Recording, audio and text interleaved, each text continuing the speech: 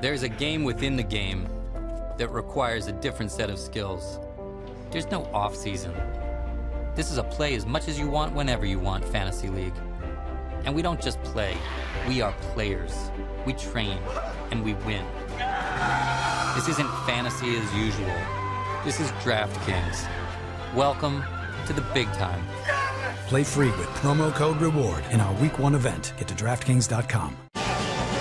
You're watching the SEC on ESPN. From Starkville, Mississippi at Davis-Wade Stadium, a battle of ranked teams as SEC conference play gets underway. LSU and Mississippi State. The Tigers' season opener last week against McNeese State was canceled. So this will be our first look at a team that many feel is a playoff contender under Les Miles. Entering his 11th season, he has never lost a season opener. Dan Mullins in his 7th year at Mississippi State led his team to the Orange Bowl last year, their first appearance in that game in 73 years. LSU won the toss and elected to defer, so Mississippi State and Heisman Trophy candidate Dak Prescott will get the football. Prescott and Mississippi State soared to the #1 ranking in early November last year.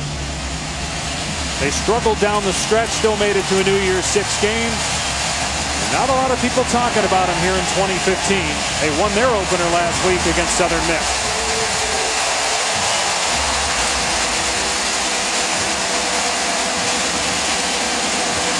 Brandon Holloway, who had a kick return for a touchdown last week, is deep along with Gabe Miles, and Trent Domang will kick off for LSU.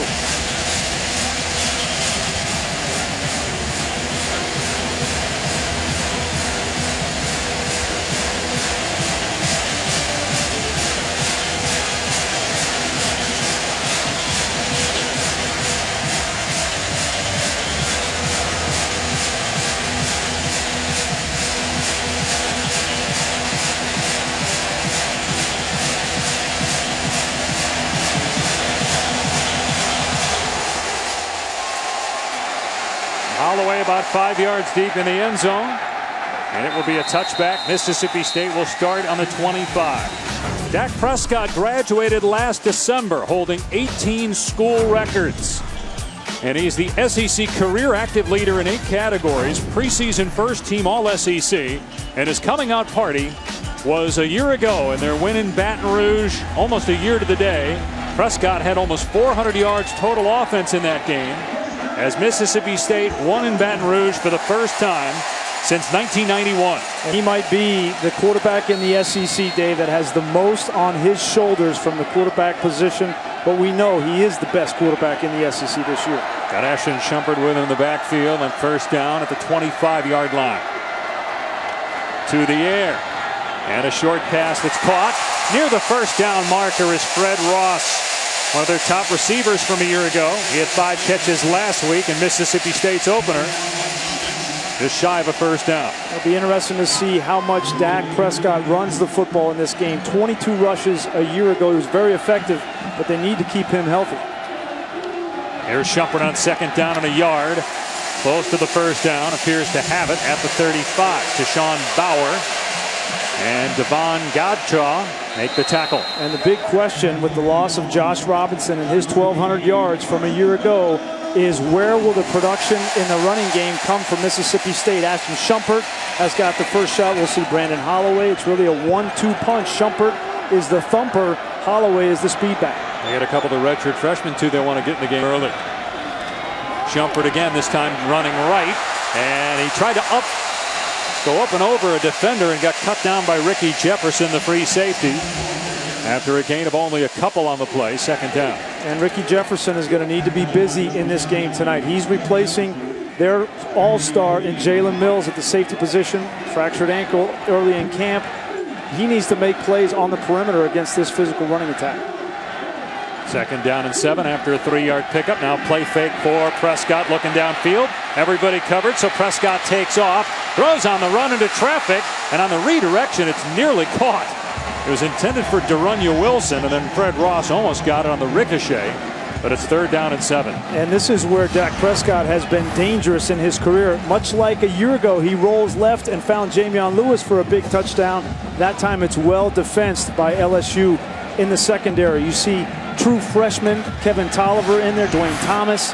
This is a secondary at LSU that knows how to defend the pass. Empty set here on 3rd down and 7.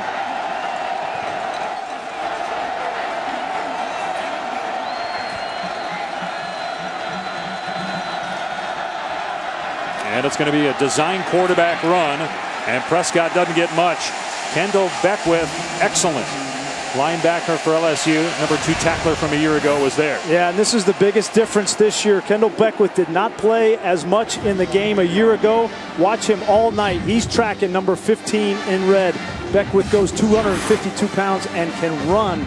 He is the secret sauce on this LSU defense. He's a junior from Clinton, Louisiana, 6'2", 250. Devin Bell, the punter for Mississippi State. Tre'Davious White, the deep man, and the fair catch made near the 25 for LSU.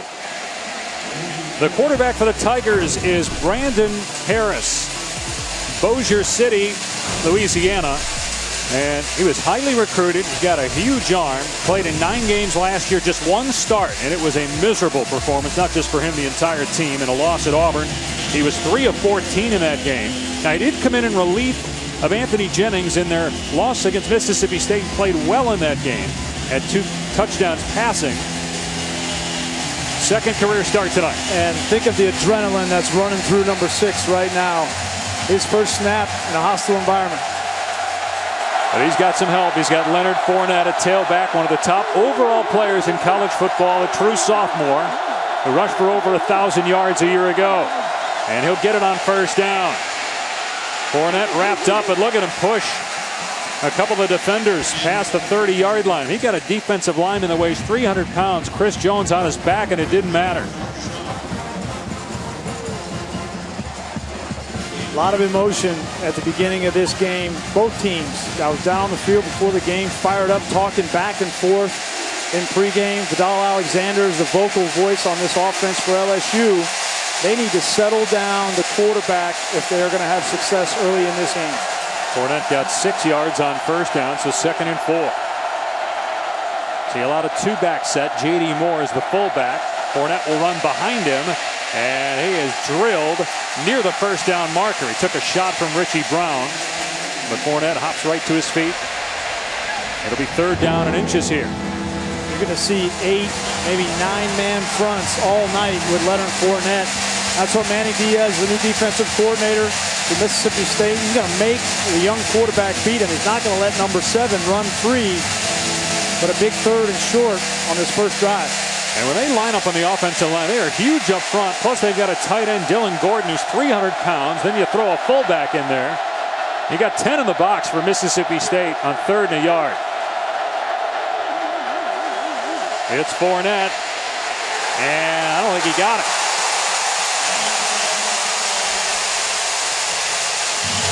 And Chris Jones was right there to blow up the guard. Got penetration in the backfield, and that's what made Leonard Fournette chop his feet. You don't want him to have his pads coming downhill. You want to make him go lateral, and Chris Jones did that. There he is right here. He's just going to come up the field, going to try to double team him, but he's just so big. 260 pounds, forces that cutback. LSU did not get it, so here's a line drive punt, but it takes an LSU bounce, or bounces inside the 10. It worked out well. And so Mississippi State's 2nd offensive possession will start inside its 10-yard line. No score early on in Starkville.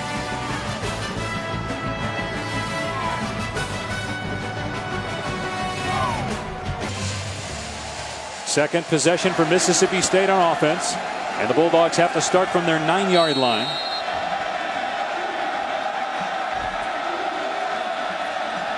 Prescott and Shumpert in the backfield for State. Prescott off the left side, crosses the 10, dumped at the 12 by Beckwith, who's already made 2 plays here in the first 5 minutes. You know, one of the biggest differences is Mississippi State team from a year ago is up front, Dave. They lost their starting center in Dylan Day, Ben Beckwith, Blaine Quazell. 3 guys up front they need to replace. Here's Shumpert again, and he is met at the line of scrimmage. Deion Jones got him, able to fall forward for a couple of yards. But already LSU much more physical between the tackles against the run than it was last year against Mississippi State. I get it, we got a long way to go, but it's got to be an encouraging start for Kevin Steele, the first-year defensive coordinator for LSU. Yeah, and the advantage up front with Devon Godchow, Lockature up front against these young guys on the offensive line. Jamal Claiborne for Mississippi State is a brand new center, never played center since high school. Rufus Warren, the left tackle. Devin Desper. 3rd down and 4, and it's a run play. Prescott brought down at the line of scrimmage. Beckwith there again for LSU. That's twice now in 3rd down. The design quarterback run for Prescott, and both times LSU was better. And I think it's been a conservative approach with Dan Mullen. Been backed up in his own end. I think he has some concerns about his brand new left tackle, Rufus Warren. It was a tight end they moved to tackle. Doesn't want to have a sack, fumble, and a change of possession early in this game. So Bell punting for the 2nd time. White is the return man. This is not a good kick, but it's in traffic and out of bounds. So LSU is going to have the ball in Mississippi State territory. The side judge marking it at the 48-yard line. Great field position coming up for LSU.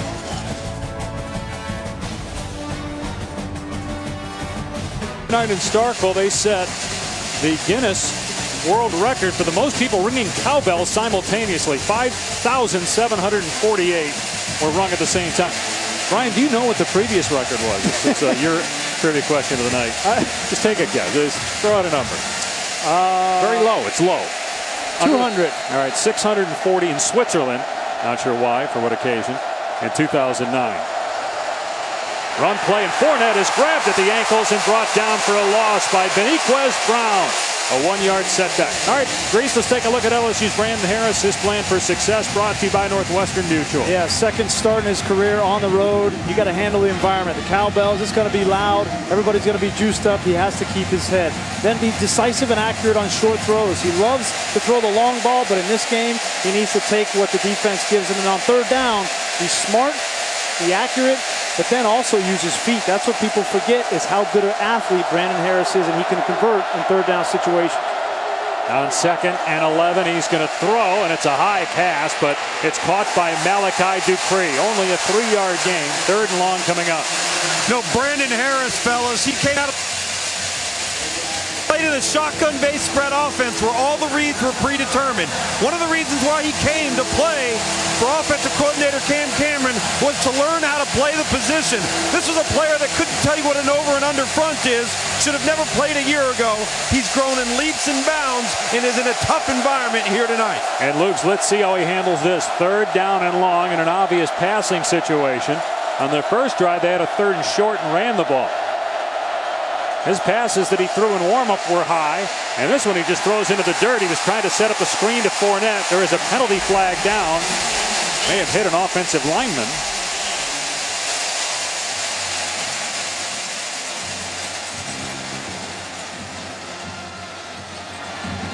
Well, the official is pointing that it's against Mississippi State. Maybe Fournette was getting held as he was trying to release for that screen pass. That's a way to get Harris calmed down. Holding. Defense, number 48. Yard penalty. Take a look. That's Ryan Brown, 6'6", senior from New Orleans. He's going to come out. He reads the screen. Fournette is trying to get set up. It's a good call. It's right there.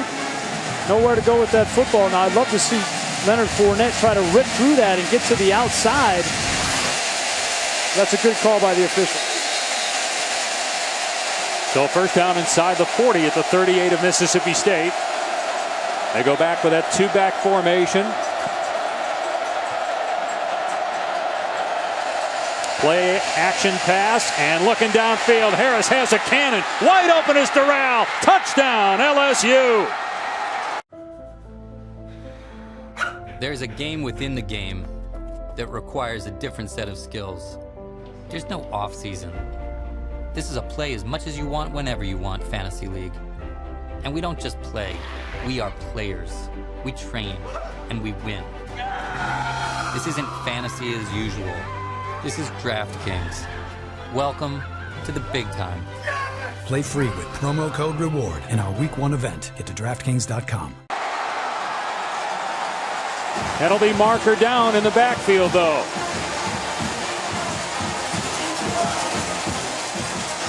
Holding. Offense. Number 76. 10-yard penalty of the previous spot. Still first down. The right guard, Josh Butte, called for holding.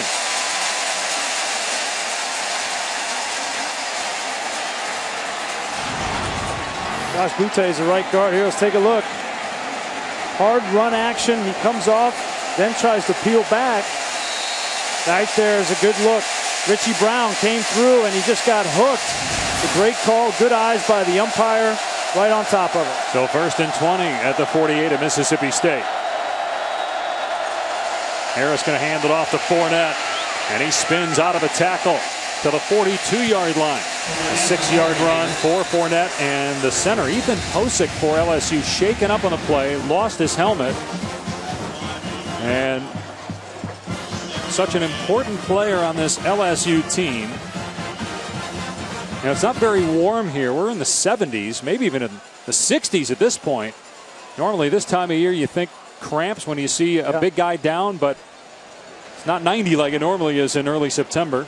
Well, and LSU hopes this is only a cramp because you got a new quarterback. The last thing you want to do is have a new center as well. Looks like he's going to be fine. But you know, I want to go back to that touchdown. Even though it was a penalty and brought back, throwing that ball and throwing it accurately and having a touchdown, even though it's called back, is a huge confidence boost for a young quarterback, knowing that I threw a dart down the field. It came back, but that'll go a long way in calming Brandon Harris and knowing that he's ready to play in this football game. He does have a lot of talent on the outside. Doral, Dupree, John Diarse.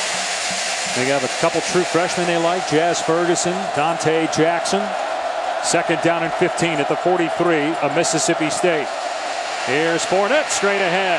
Great play by Richie Brown. That otherwise would have been a big play if not for Brown, who tackles him after a gain of 4. Fournette getting a lot of touches. The LSU coaches said they want him touching it about 20 to 25 times a game. And so far Fournette with 6 carries, and they've thrown it to him once. Here's a 3rd down situation, 3rd and long, 11. We talked about keys to the game for Brandon Harris. Use your head, be smart in this situation, and use your feet. In this area of the field, Les Miles, we know, loves to go for it if you just give him an opportunity on 4th down in 5 yards or short. Harris over the middle. It's caught inside the 20-yard line. Traven Doral. Check that, Deshaun Smith with the catch inside the 20 at the 15-yard line, a 24-yard gain. Check the accuracy from behind. Great throw. I don't think he saw the defender on the outside, but an accurate throw downfield in the middle of the field. That shows confidence. You don't throw the ball in the middle of the field if you don't have confidence, and a great sign early on for LSU. Fresh set of downs at the 16-yard line. Darrell Williams, who was in there to protect on that 1st down, or that last play, is in on 1st down. And he'll get a touch here off the left side to the 10. They got some big backs. Williams at 230 pounds, splatters the pile and drives defenders past the 5 for a 1st down.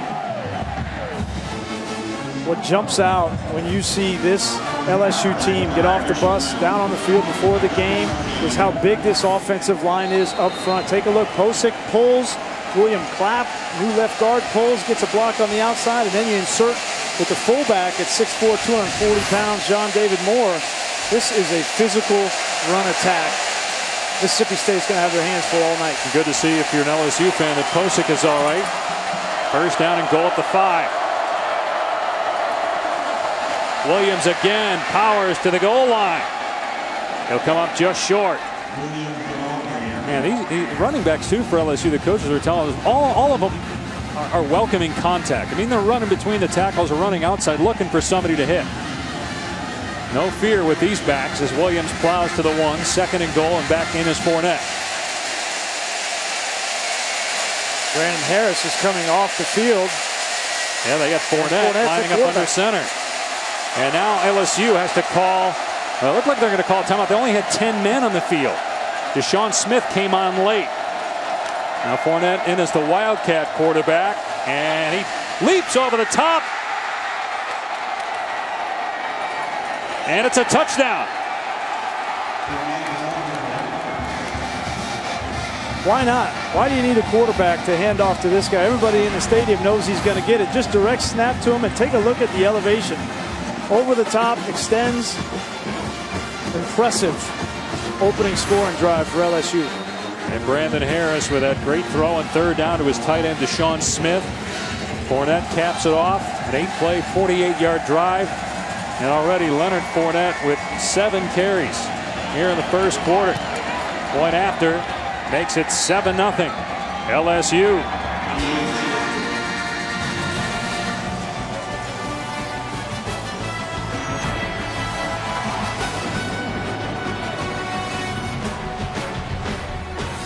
At all in its win at LSU last year.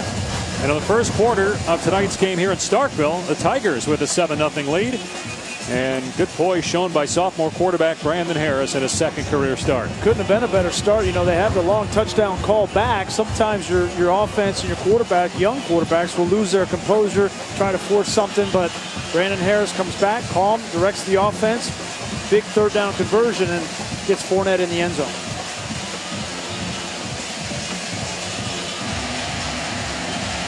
Domingue kicking for LSU. And here's Holloway. And he's going to elect to take a knee. So Mississippi State will start in the 25 as we check in with Tom. Well, Brandon Harris comes off to the sideline and Les Miles says, see what happens when you relax. And really that's the name of the game right now for Brandon Harris. On that series right there, we saw an authoritative quarterback, a decisive quarterback, one that I noticed that was checking plays with crowd noise at the line of scrimmage. All that's going to do is generate more and more confidence. And fellas, I'm going to tell you right now, this offensive front for LSU is absolutely overwhelming at the point of attack. And Harris threw 1 pass in one of them, so it was so high that Cam Cameron, the offensive coordinator, and Harris actually both laughed about it. There's a penalty flag down. And that's because they've been telling Harris all week, and Brandon even shared with us how nervous he was last year when his first start at Auburn. A lot of adrenaline running through a young 18, 19-year-old kid. Every now and then you're going to catch a flyer. Offense, 5-drive penalty, replay. But you know what? The thing that Luke makes a good point is not only are all the LSU fans wanting to see what Brandon Harris does in his first start this season, but all of his teammates want to see it as well. They have confidence in him and they want him to do well, but until the lights come on and that young quarterback is put in an environment like this, you never know. And all of his teammates now can take a deep breath, relax, rally around him and start playing. Harris in the offseason beat out Anthony Jennings, who started 12 games last year for LSU. So a penalty by Mississippi State, 1st down and 15, and Prescott is going to get hit and brought down by true freshman Arden Key, a very talented player from Atlanta. A loss of 4 on the play. Well, Rufus Warren tries to cut him right here. Here's Warren. He's going to try to cut Arden Key. That's just ain't going to happen with an athlete like Arden Key. You are not going to be able to get him on the ground. 6'6", 230 pounds. Talking with Les Miles a couple of weeks ago when I went to practice, he said, Grease, this guy can be as good as Kiki Mingo, but can also be able to play the run. Check that. That was a loss of 9. Here's Holloway with a big hole. And he's brought down at the 23. Got 12 of it back there. Arden Key, number 49, is not just a pass rusher, as Brian just mentioned. Watch how savvy he is with his eyes and his hand, playing hat and hands. He keeps leverage on the football, not just a pass rusher and a designated guy. You take Arden Key, 49, number 2, Kevin Tolliver, the corner, number 52, Kendall Beckwith. All of them Under Armour All-Americans, got to spend a lot of time with these kids. These are smart, heady football players capable of playing early and being productive. He spent the lightning delay last week watching film, sitting in the locker room waiting for the lightning to stop. It never did, so he just got more film study by himself sitting in his locker. 3rd and 13, Prescott to the air. Everybody covered, Prescott sacked again. Devon Godchow was there for LSU. And State will have to punt. They brought pressure off the side. A different look here from Kevin Steele. You're going to see Godchow out here. They're going to bring pressure on the inside. That confuses the tight end and the back, Holloway. I don't know if Holloway, even if he did read this way, you want a 160-pound back blocking Devon Godchow. That's a great scheme by Kevin Steele, the defensive coordinator. Logan Cook's first punt was not good. He'll get another crack at it. And again, LSU is going to have the ball in Mississippi State territory. So Brandon Harris back to work for LSU. It's 7-0 Tigers. 10th on ESPN. So LSU starting in Mississippi State territory again. And the Tigers have dominated field position. And they look very good on both sides of the football. They lead 7-0. Brian, you were one of several of our ESPN analysts that picked LSU to go to the playoff. I know a lot of that hinges on the play of Brandon Harris, but what else did you like about LSU going into the year? Well, as Tom mentioned, this offensive line is big. They're physical. These backs, I think it's the best stable of backs in the country. They got all their receivers back, and it's hard not to like their defense. I mean, really, the only question was Brandon Harris. And Harris off play action, looking downfield, throws into double coverage, and it's pulled in at the 25. Malachi Dupree with a great catch and a big play, 20 yards through the air. And Trayvon Durrell saves his quarterback here. Malachi Dupree, he goes up and gets his football. That was going to be intercepted by Kevon Coleman. Take a look. Trust in your receiver. This ball could have easily been intercepted by Coleman if Malachi Dupree, one of the most improved players on this offense in the offseason, doesn't go up and get that football. He was a big play receiver last year. First down at the 26 of Mississippi State. Bulldogs need something good to happen defensively. They're getting pushed around up front. Giving up big plays through the air. Fournette on the pitch. Turns it upfield. Hurdles a defender. Runs over another one. Touchdown LSU.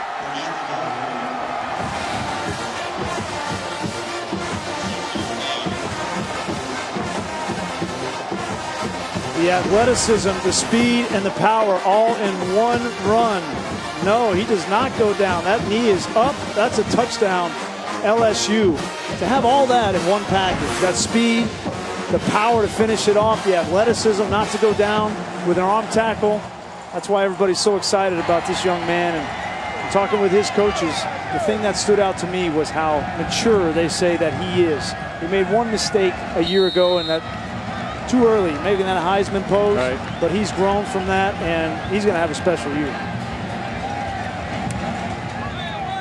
And it's 14-0 LSU, still with 2 minutes to go in the first quarter. Now, the LSU defense has been good, but boy, how about the offense? We haven't seen LSU look this good offensively in a long time. It helps when you got players like this.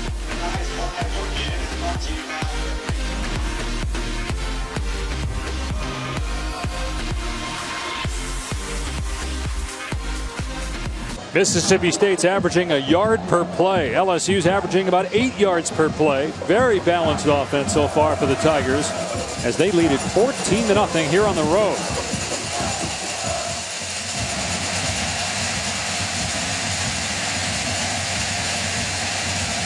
And the way Mississippi State's getting pushed around on defense, that means Dak Prescott's going to have to make some big plays on offense for Mississippi State to come back. Well, this is an LSU offense that in the game a year ago struggled mightily to move the ball, to get anything going on the offensive side. So great early returns and signs for LSU on the offensive side. Third kickoff for Trent Domang. The other two were touchbacks. This one returnable for a dangerous Brandon Holloway. And Holloway collides with a couple of Tigers at the 23-yard line. We know about the physical ability of Leonard Fournette, but let's take a look at this blocking up front. The left, the Dylan Gordon, the tight end, has been outstanding. Up front, you have a fullback in John David Moore that makes a great block on the perimeter. When you get that kind of push and that kind of blocking, it's easy for Leonard Fournette to run in the second level. See how Prescott responds for Mississippi State. He's 1 of 2 for 9 yards. Been sacked twice already. And he'll throw on first down. And he hits Fred Ross, who gets hit by Dwayne Thomas at the 30. A 7-yard gain. So that's good play on first down. Crucial drive for Dak Prescott. He has got to find some rhythm, get some confidence for this offense. Can't give the football back to a road grader offense either. 2nd and 3. Prescott in trouble and completes it. First down past the 40-yard line for Gus Wally, the tight end. Great start for LSU on offense. Leonard Fournette, the Heisman Trophy candidate, with 2 rushing touchdowns already. With Brian Greasy, Tom Luganville, Dave Pash here in Starkville. Mississippi State averaging about a yard per play, but they just picked up a first down. But then a great play in the backfield by Tashawn Bauer, getting off a block and bringing down freshman running back Aries Williams. Not a good day for the SEC, needless to say, with the Arkansas loss, Tennessee blowing that 14-point lead. And 3 games involving league teams scoring off, including this matchup of ranked foes. LSU Mississippi State. Remember, the Bulldogs won in Baton Rouge last year, their first victory there since 1991. So far, this game has been a complete reversal of what we saw in that contest a year ago, with LSU pushing the Bulldogs around. 2nd down and 15. Prescott handing off. Holloway got a crease. He gets walloped at the 46, but he picked up 10 yards to put him in a 3rd and manageable situation. Jamal Adams, a really good safety for LSU, made the initial hit. And coming into this game, the big question mark everybody wanted to know was Brandon Harris. Could he take over this quarterback position and thrive? So far, he has been on point in this football game. 3 for 3 for 45 yards and a big 3rd down conversion on their first touchdown drive. He also had a touchdown pass called back because of an offensive penalty. The Tigers scored anyway, and they have dominated the first quarter in just the 2nd career start for Brandon Harris. 14-zip Tigers.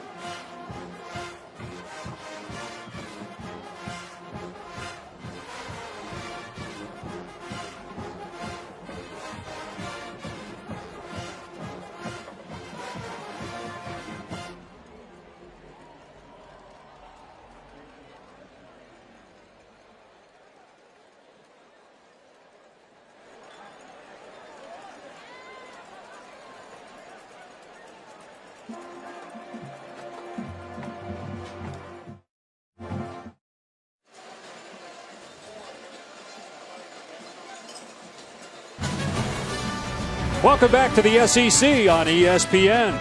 The LSU Tigers have quieted the cowbells here in Starkville, and that's because of the play of Leonard Fournette. 2 rushing touchdowns already for the super sophomore, and one of the best overall players in college football. Runs through, around, and over the top of defenders to score a second TD as LSU looks to win its 8th straight here in Starkville. Mississippi State has not defeated the Tigers in back-to-back seasons.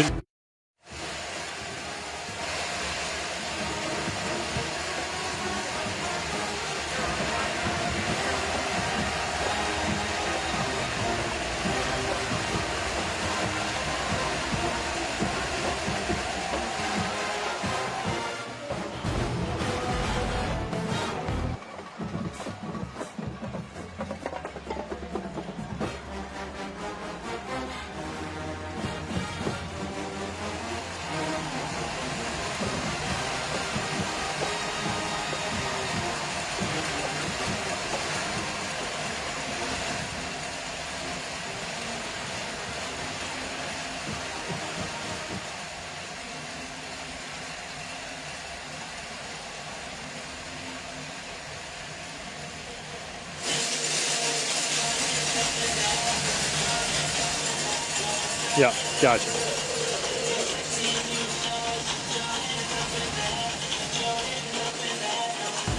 NFL Insiders and Sunday NFL Countdown. A new way to get coast-to-coast league coverage on Sunday. Beat the new NFL Sunday morning starting at 10 a.m. on ESPN. Streaming live on Watch ESPN. LSU, we know how good the Tigers are defensively. #1 in the conference last year, and a lot of guys back in that defense. Although Jalen Mills, one of their best players, is still out with an ankle injury. But it's the offense right now for LSU that is the story. A 14-0 lead. And true sophomore Brandon Harris making his 2nd career start. First one didn't go well. 3 of 14 last year. On the road at Auburn in a 41-7 loss. But he's been sharp so far. And he'll keep it on first down. No, it's Fournette. No, it is Harris. Got me twice. And he's got a first down gain of 16. Here's Tom. So you want to be Brandon Harris and call a game here in Starkville right now? How can you hear if you're Brandon Harris?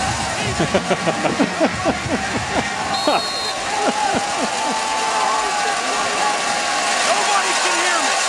That's what it's like to be Brandon Harris right now. You thought it was loud in Tennessee, Holly Rowe earlier today? They didn't have live props. We got live props. I don't know how much you need to hear when you just hand it off to Leonard Fournette and get out of the way or fake it to him and run like Harris did that time.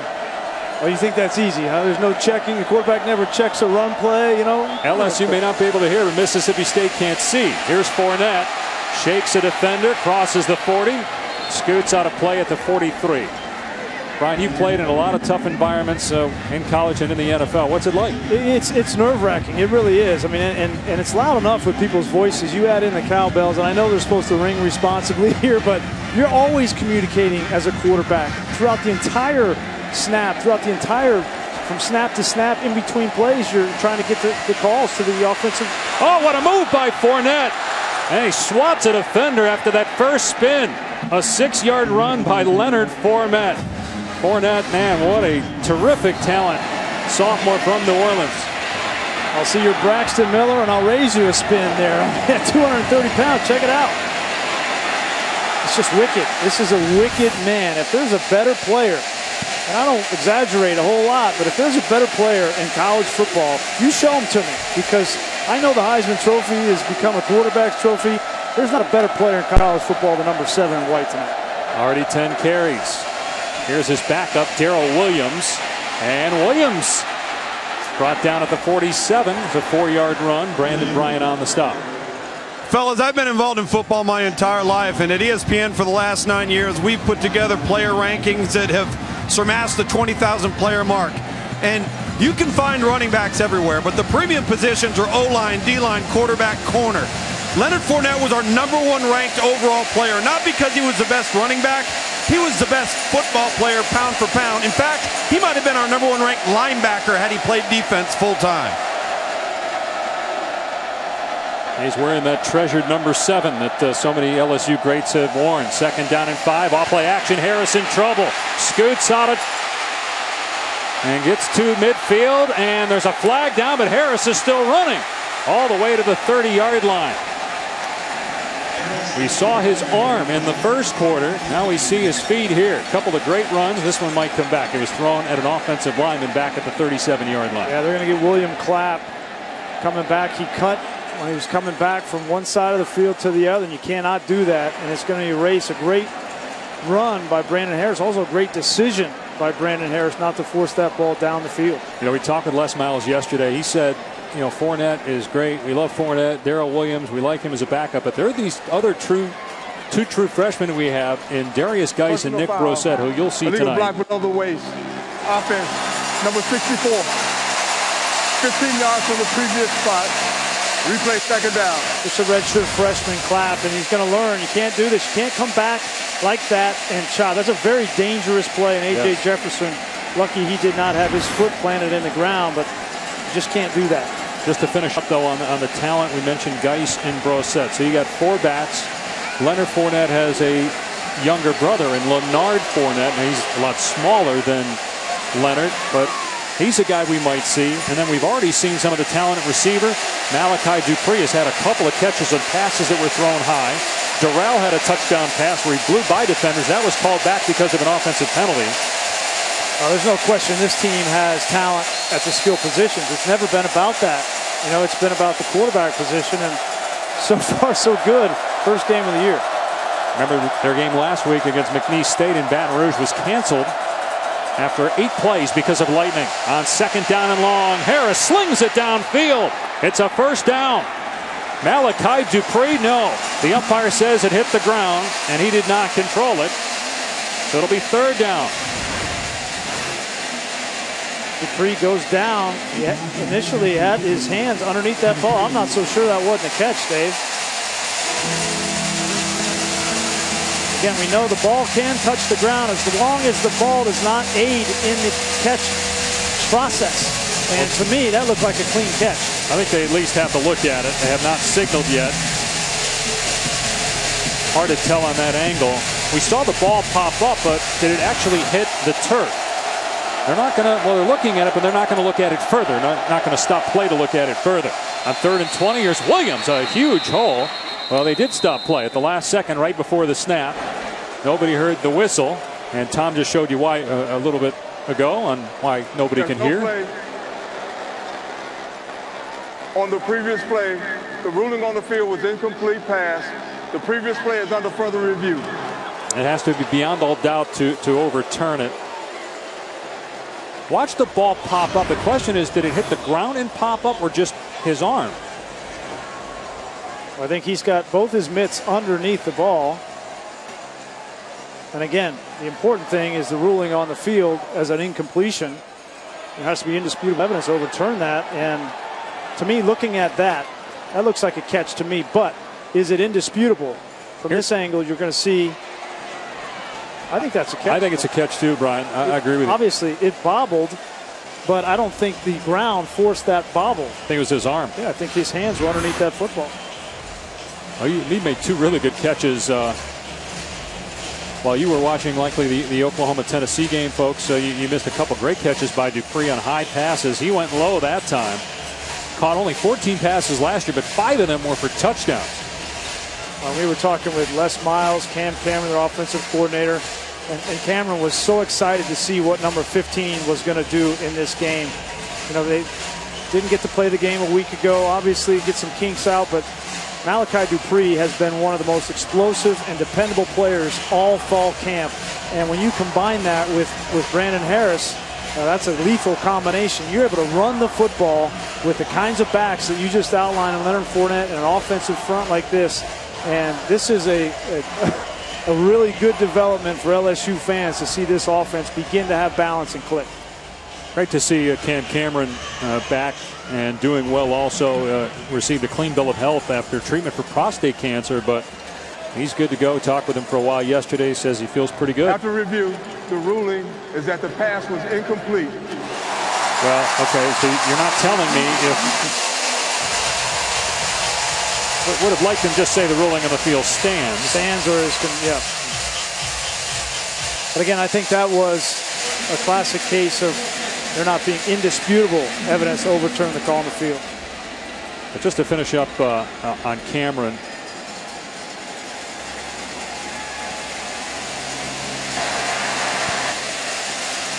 Hubert Owens is our referee. Reset the game clock to 12:14. So clock's at 12:24. He's saying take 10 seconds off. Cam Cameron was your position coach at Michigan. You guys go way back. Yeah, and it's great that he's healthy. You know, that's a scary thing for anybody. And you know, it's his second bout with cancer. You know, he had a melanoma back when he was coaching under Bo Schembech, when he told me that Bo actually found the melanoma on his back and said, you need to get that mold checked out. And so Bo saved his life one time, and now he's happy to be up in this situation, calling plays again after another scare. 3rd down and 20. Harris on the rollout. And Harris picks up a handful, but they're going to have to punt here. Ryan Brown forced Harris out of play. That's the first time the Tigers have been kept in check offensively. And now Jamie Keane, carrying on a tradition of Australian punters, starting with Brad Wing a few years back. Here at LSU, will boot it deep to Fred Ross.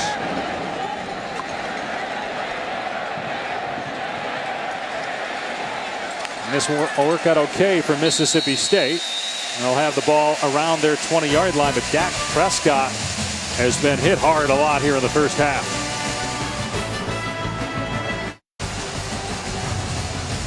Mississippi State quarterback Dak Prescott burst onto the scene in Baton Rouge last year, tearing up the Tiger defense for almost 400 yards total offense. He's got about 20 yards in the first half of tonight's game. Remember last year he helped lead the Bulldogs to a #1 ranking in November, a 10-win season, their first Orange Bowl in 73 years. Prescott going to dump it off here to Dontavian Lee, and he gets across the 20, a 4-yard gain. Dave, the biggest difference between the start of this game and the game a year ago is that Mississippi State's getting whipped on the inside on the offensive line. Godchow, Lockature, they're having their way in the middle, and Mississippi State is not able to run between the tackles. That's where they made all their yards a year ago. They have got to come up with a different plan. Prescott goes to his back again. This time it's Shumpert, and it's a first down to the 33-yard line. So getting the running backs involved here in the passing game on this drive. And a part of that plan has got to be throwing the football. They got to take some pressure off this offensive line. Quick throws, isolating backs and receivers on short throws is the way that Dan Mullen needs to adjust. He can't depend on his running game in between the tackles. 41 yards through the air so far for Prescott. He'll throw again, steps up, dumps it off, incomplete. Tried to hit Shumpert, and Deion Jones was bearing down on him. Dak, you know, we know Dak Prescott's one of the best players in college football. He's, you know, coming back, probably the leader in the clubhouse, SEC quarterback, but he's got a lot on his shoulders, losing 3 offensive linemen up front. He lost Josh Robinson, his 1-2 punch in the running game. So he knows that this season was going to be a struggle, especially early when you come up against a very good defense in LSU. They've got to be able to adjust. Yeah, Robinson had almost 200 yards against LSU last year. Here's Holloway, and if he gets outside, look out. He's at the 40-yard line. He gets drilled by Ricky Jefferson. He's a small guy at 165 pounds, and there's a flag. They have been out of bounds when Jefferson laid the lumber. Holloway is so fast, not very big, obviously. Well, when you have somebody that fast, 5'8", 160 pounds, those secondary guys all week, they've been saying, you know, I just want to get one hit on him. Just one time, see if I can blow him up. And sure enough, Ricky Jefferson got him, but it was just too far out of bounds. After the play, unsportsmanlike conduct on the defense, number 33, Taunton. 50-yard penalty to the end of the run. That's for 33. First unsportsmanlike so it wasn't on the hit. Foul. No, it was Jamal Adams called for taunting, an unsportsmanlike conduct foul. So the hit was clean inbounds, and then there's Jamal Adams. And you stand over top of somebody and you point at him and you're saying something, you just don't need to do that. Don't pick on the little guy. Now, that's his first unsportsmanlike. Remember, you get 2, you're tossed. Mississippi State in LSU territory. Prescott pulls it back, now goes downfield. Incomplete. Good coverage. Fred Brown, the intended receiver. Kevin Tolliver, a true freshman at 6'2", 200 pounds. Stride for stride with the receiver. Well, and they are really excited about Kevin Tolliver as a true freshman to start at corner in the first game of the year. That's saying something. They've had DBU. You hear it all the time. And Kevin Tolliver came to LSU to be a part of that tradition. And he is leaving nothing on the field to say that he can't do it. Prescott, another pass play. Everybody covered. And now Prescott tried to hit Joe Morrow. I looked to Runya Wilson. We haven't seen him. Their leading receiver from a year ago. Dave, so it's 3rd and 10. You've seen this drive has been predominant pass, right? This is an offense that was basically a 2-back downhill running attack in the game a year ago, and that's where they hung their hat. And now you've seen all pass, and Runya Wilson, inexplicably on the sideline. They've been in 3rd and 7+ all night. This is 3rd and 10. Prescott eludes a sack and throws it away. Kendall Beckwith, Arden Key, both with some pressure. Boy, Arden Key looks good. True freshman from Atlanta. Well, this offensive line is completely confused for Mississippi State. Take a look. Here they are. You're going to have a free rusher on the outside, and that's Justin Senior. He's a junior. He blocks down, trying to help out his right guard, and leaves the guy free. There's nowhere to go with that football. Right now, they need to circle the wagons on the offensive line for Mississippi State. They need to punt inside the 10 here.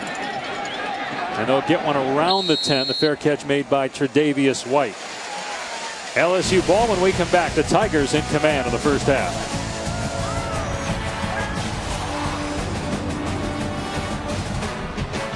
And we got a candidate for you here with Mr. Fournette with that second touchdown run he had. LSU backed up to its 10-yard line, but a 14-0 lead.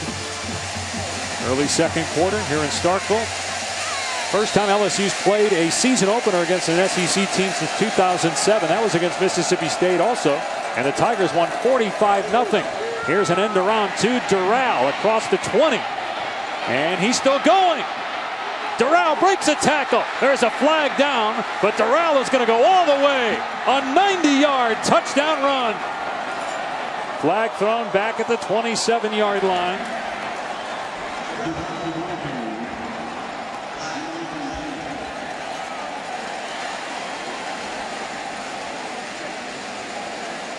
What an array of weapons LSU has on the perimeter and between the tackles.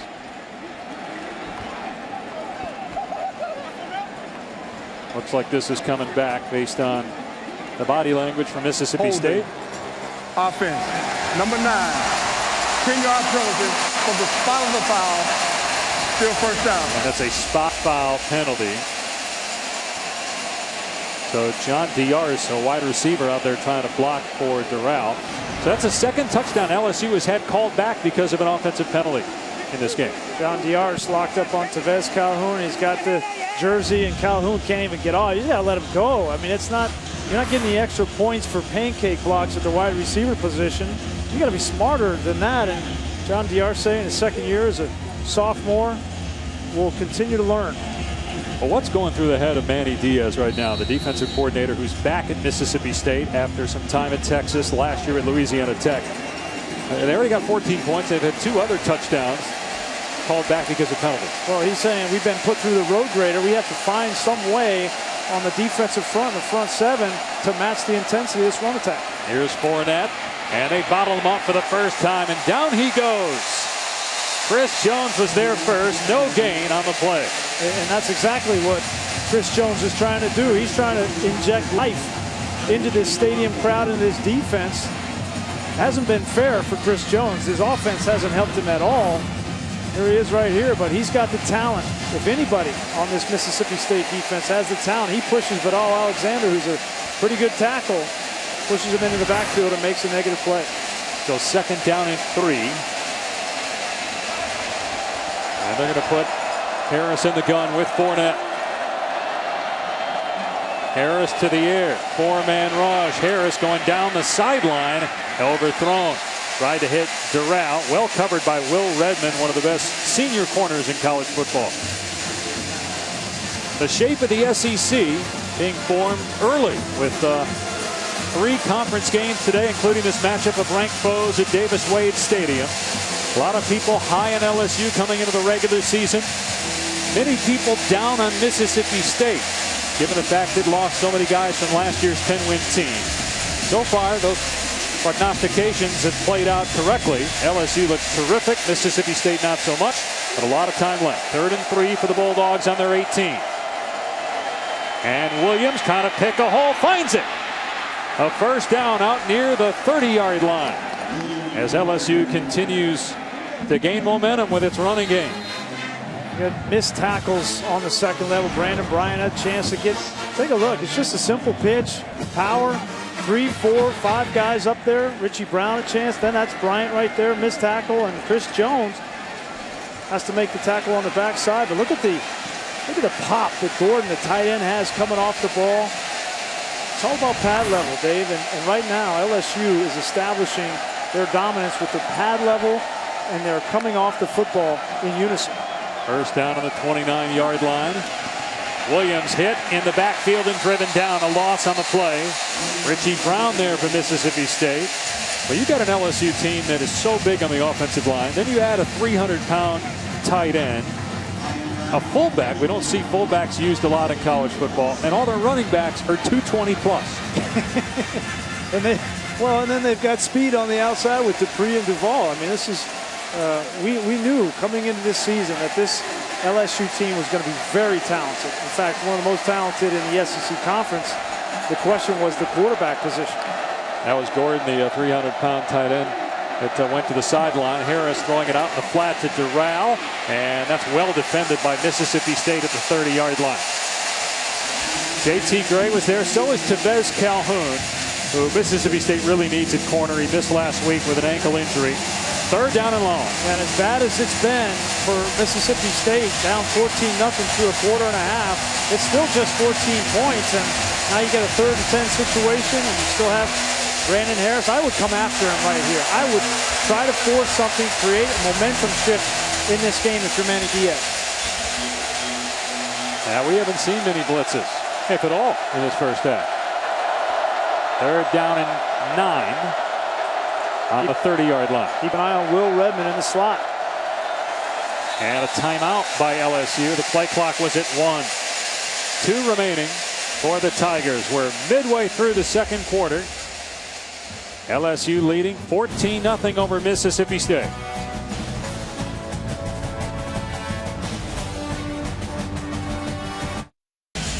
Welcome back to Starkville. You want to talk about the maturation of a quarterback. Take a look at Brandon Harris right here. He sees blitz on the outside, backed up off the edge. He sees this blitz, so what does he have to do? He's got to check. Now, what does he see? He sees the play clock is down at 6:05, and he calls a timeout. That is a smart play by a quarterback, knowing that he had a problem, knowing it's the first half and I still have my timeouts. Great call by Brandon Harris just to burn a timeout. That's the kind of leadership and the awareness that Les Miles is looking for from his young quarterback. Remember, just one start last year. That was at Auburn in a 41-7 loss. He did play a lot against Mississippi State when the Tigers got down. Here he is on 3rd and 9, facing pressure, and he completes it. What a great move by John Diarse, but he's brought down short of the marker. Looked like it was going to bring up a 4th down and 5, but he made it at least close to a 1st down. Pressure by Will Redmond, the corner. So here's what they got. Here comes the blitz. It's the same call. Now they have a perfect play call. You have a chance on the outside. You call the timeout. You get a throw on the outside, and you get a positive play. But you know that blitz is coming from the quarterback position, and you want to call that timeout. Keene with the boot. Ross, the deep man. It'll be Mississippi State ball just shy of the 30-yard line. Let's go to the studio and check in with Adnan. Plays by backup quarterbacks. Mangum last week, and now that throw. And then Deshaun Kaiser, when Malik Zaire goes down for Notre Dame, comes in, throws the game-winning touchdown pass to beat Virginia. You're always one snap away, and that's, coaches try to instill that in backup quarterbacks every single time you go to play a game. But some are ready, some are not. De'Runnya Wilson is in, by the way. Here's a little option and a shovel pass and an excellent play by Kendall Beckwith again, cutting down Fred Ross. We want to show you a little bit what went on the sideline with this Mississippi State offensive line. They've been getting beat every which way. That's Justin Sr. up on the whiteboard trying to show his coach. But Hevesy was hot, and Dan Mullen had to come over and settle it down. This offensive line needs an answer, especially in third down pass rush situation. Nobody's blocked 52. Kendall Beckwith. Or 57, Godchow. I mean, they're having a really tough time with 3 new starters up front. Design quarterback run on 2nd and 9. Nothing there. Maybe 2. Frank Herron on the tackle. Dan Mullen just came over and he wanted the offensive line to relax. Bend your knees, don't bend at the waist, be stout at the point of attack, but don't jump set guys. Secondly, one of the ways that maybe Mississippi State, as they go into the locker room here shortly, can try and counteract this pass rush is choose not to block the most active guy. Whether it's Beckwith, whether it's Godchow, and option off that guy like we just saw on the shovel pass. See what happens here, Tommy, on 3rd down and 7. Prescott going to dump it off to his check down. Holloway brought down. Good open field stop by Tre'Davious White, making his 25th consecutive start, as Mississippi State will punt the ball in 4th down and 5. It's a great play by Tre'Davious White. You know, the one thing that Les Miles was really concerned about coming into this game, not having the opportunity to play against McNeese, at least from a defensive standpoint, was tackling. That was the biggest thing in the game a year ago against Mississippi State. They couldn't get Dak Prescott on the ground. So far, they have been lights out getting guys on the ground. LSU not set, guys running all over the place trying to get lined up. They only had 10 guys on the field there. And so LSU has to burn a timeout. 1 remaining for Les Miles and company.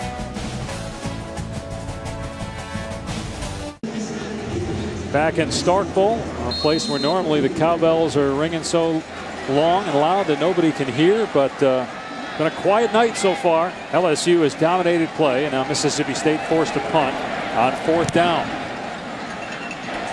White has to adjust, and he did not signal for a fair catch. He's live, and down he goes just short of the 25-yard line.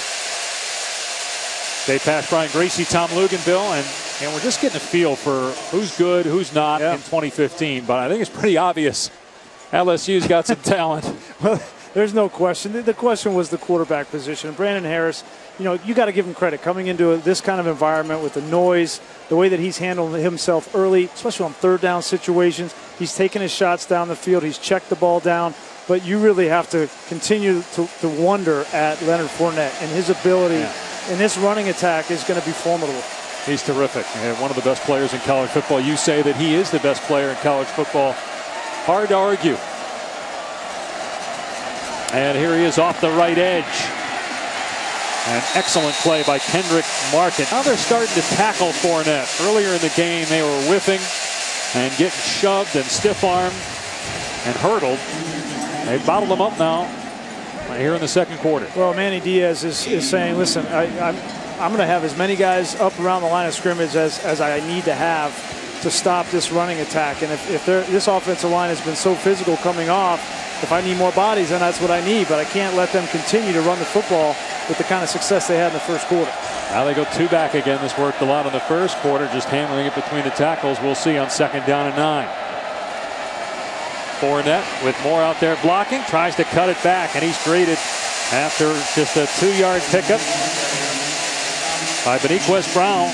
So a 3rd down and long coming up. Mississippi State hoping to force a punt, get the ball back with its timeouts, and have about 3 minutes to work with to try to get some points before intermission. In the last 3rd down, Dave, we saw Manny Diaz bring a blitz off the edge with Will Redmond in a 3rd down situation. I fully expect more pressure here from Mississippi State on Brandon Harris.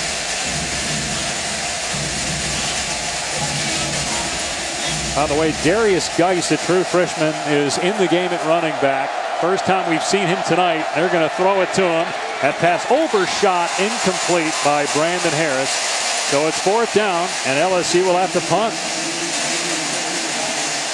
Great read by Beniquez Brown, by A.J. Jefferson. They brought pressure off the strong side with Kevon Coleman. Nice job by Manny Diaz. You know, he's been through a lot. You know, he went through a lot at the University of Texas. Last year was at Louisiana Tech. and he got the phone call from Dan Mullen to come back home to Mississippi State, and give him some credit for settling his defense down. Another punt that lands out of bounds. Mississippi State will have the ball just past its 35 as we check in with Adnan. Dave, the only thing that will be more colorful than that floral tie you have going is the BMW halftime report, including Oklahoma, huge comeback against Tennessee as Baker Mayfield really did turn it up a notch when he needed to. Oregon and Michigan State right now on ABC highlights from that game, and also Notre Dame wins despite losing their quarterback. Danny Canal, Joey Galloway. We'll see you soon. Glad you like the tie. There are plenty of Mississippi State fans that don't like it. There's nothing colorful about Joey Galloway at halftime, I can tell you that. Prescott hits Darunya Wilson, who had 47 catches a year ago, but has been invisible here in the first half until there. It's a first down near midfield. If I'm Dan Mullen, I am going to ratchet up the tempo. I'm going to try to seize momentum, throw the ball. You can't run it in between tackles. Get your best player, Darunya Wilson, involved. Prescott in trouble. It was Arden Key getting pressure. The pass is caught by Gus Wally, the tight end. Gain of a couple. But man, Arden Key, the true freshman from Atlanta, has been living in the backfield so far here in the first half. Prescott did well to roll away from him that time and pick up 3 yards. Prescott off a play action, a delayed blitz by LSU. Nice catch with the defender all over him. It's Wally again, another first down inside the 40-yard line.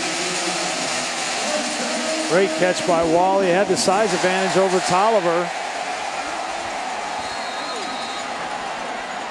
Prescott thrived last year in the up-tempo offense. Off play action. Here comes Key again. Prescott steps up, throws deep. Incomplete. Intended for Fred Ross. Tolliver had coverage. Boy, Arden Key was close to getting Prescott. Worth a shot. Go downfield. Try to get it to Fred Ross again. Tolliver. How good is this true freshman? All over Which Fred one? Ross. Yeah. Tolliver, Key, they're both true freshmen. There was a penalty. There was a flag, and offensive holding was called on Rufus Warren, the left tackle, who was moved from tight end last year. That's one of the reasons why this offensive line is yet to gel. You got former tight ends. You got a first-time center. Well, think of how hard it is for a tight end move to left tackle. Then you'd have no film on Arden Key. He's a true freshman, 6'6", 230 pounds, and he's got pass rush moves galore. So very difficult task for Rufus Warren. On 1st and 20, another pass play. Prescott backing up, dumps it off. In the open field is Shumpert inside the 40. He got about 17 on 1st down and 20. Christian Lockiter eventually with a tackle. A minute and a half to go. The Bulldogs have all their timeouts. 2nd down and short. It's a great change of pace. Middle screen to Shumpert. Great call by Dan Mullen. Dan Mullen's play calling ability is going to be challenged in this game because he can't do what he wants to do. He's got to find something different. LSU showing blitz. It's a handoff. Shumpert has the first down. Dragged down from behind by Godchow, but after they move the sticks inside the 30-yard line. And I would keep the pace up. Keep Godchow, Lockiter, this defensive front. Hopefully they'll get a little bit winded with hands on hips. Won't be as effective stopping the run in the backfield. Nearing a minute to go. Here's a screen. Shumpert can't pull it in with one hand. Had he, probably would have lost yardage because Kevin Tolliver was right there. 2nd down, the clock stopped, 1:01 remaining. They are in field goal range. They'd love to get something here at the end of the half after LSU is absolutely dominated. Devon Bell is their long kicker. They might use Weston Graves, who was 2 for 2 last week on shorter kicks. We'll see. 2nd down and 10. Off play action. Prescott firing into traffic. Incomplete. Broken up by Jamal Adams. Fred Ross, the intended receiver. Adams is a baller, and he came over and made the lick on Ross. Wayne Thomas at corner also in coverage. This is the quarterback. You can't put your receiver in that position. You got to look the safety off. If you're going to throw a ball down the seam, protect your players. That's just, you know, the receiver should come back and give an earful to the quarterback when that happens. Teddy's on the sideline after getting hit hard. 3rd down and 10. from the LSU 26. They need to run you Wilson. He's isolated down here, but the problem is Tre'Davious White's been matched up on him all game. Prescott gonna dump it off, and Holloway dropped it. Oh man, he beat Deion Jones, the linebacker, trying to cover him. Holloway might have scored. Instead, it's 4th down and 10. It was a great design. Give them credit. They had a little pick play on the outside. That ball, you can see Brandon Holloway's eyes go upfield to see if somebody's coming to hit him, and just takes his focus off that football. Would have been a touchdown. I mentioned that Weston Graves is the short yardage field goal kicker, and he'll make the attempt here from 43 yards.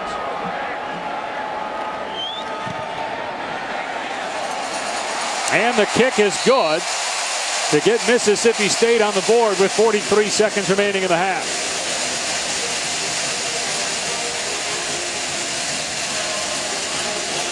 So a little momentum perhaps going into the locker room, although LSU still will have some time.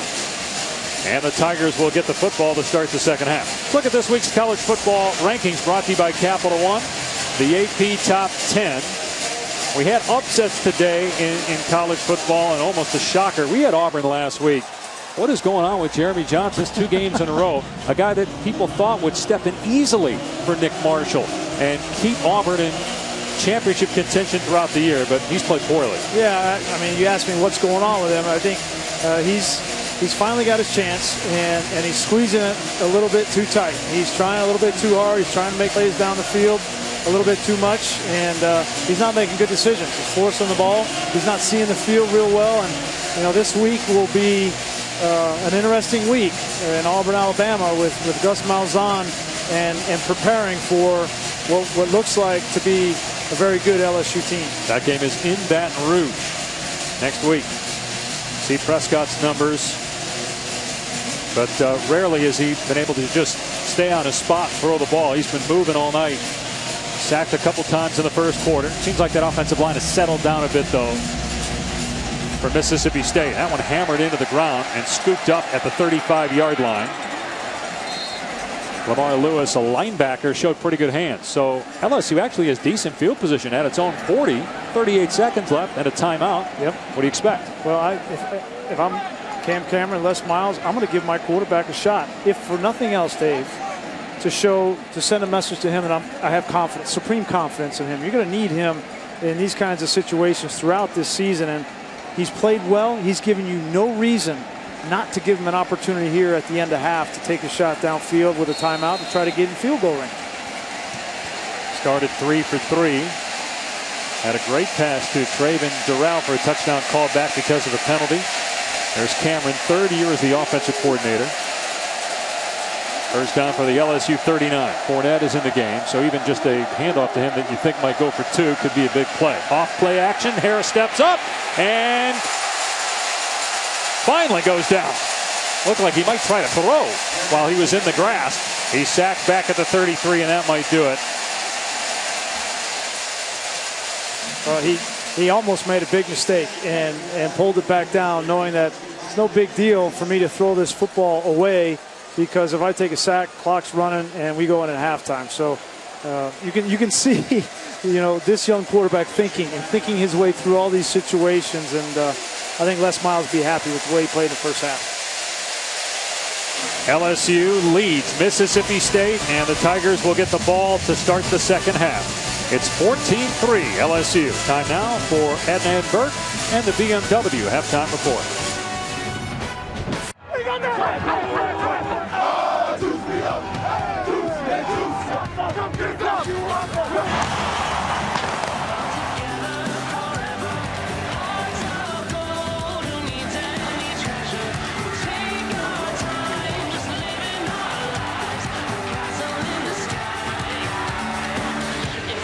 King of the world.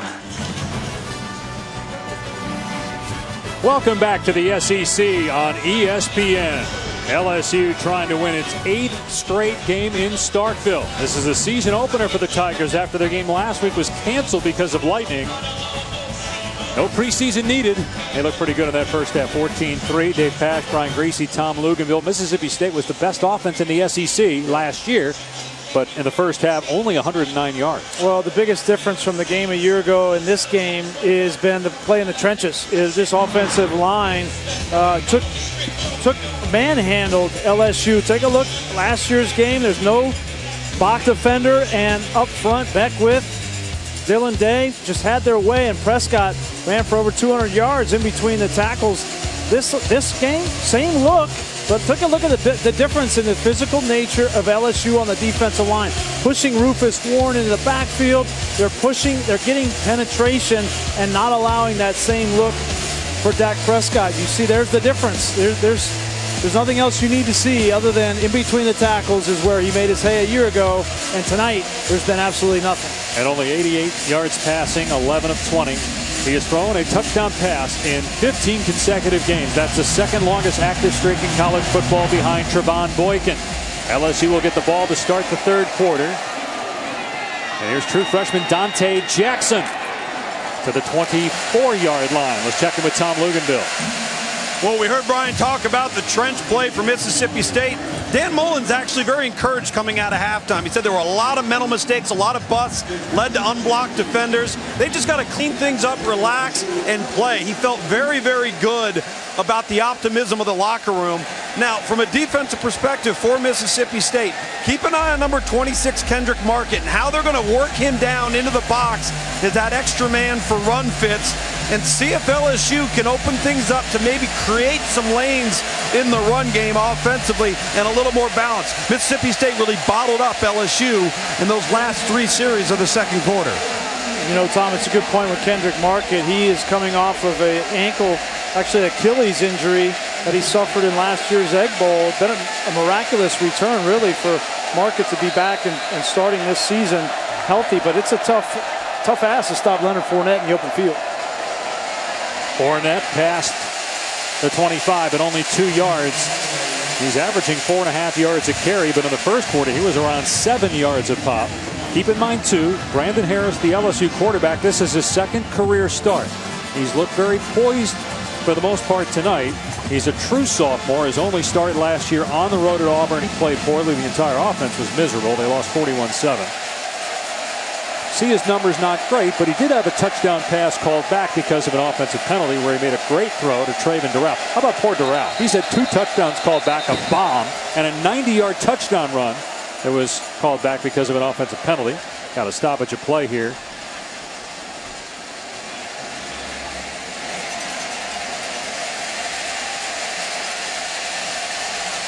And Hubert not going to tell us what's going on. So 2nd down and 8 at the 26.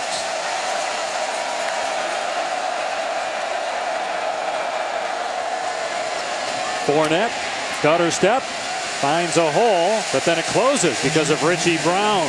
The middle linebacker made the hit. 3rd down coming up. If Mississippi State is going to get back into this game in the second half, I think it needs to originate on defense. This is a defense that, well documented, they lost a lot of players. 7 starters gone, but they have 5 guys that contributed in 26 career games. They just didn't have any starts. They have a lot of experience. Guys like Chris Jones and Will Redmond, Richie Brown, they just hadn't had a whole lot of starts. Maybe some confidence after the way they played late in that second quarter. Can they get a stop here in 3rd and 5?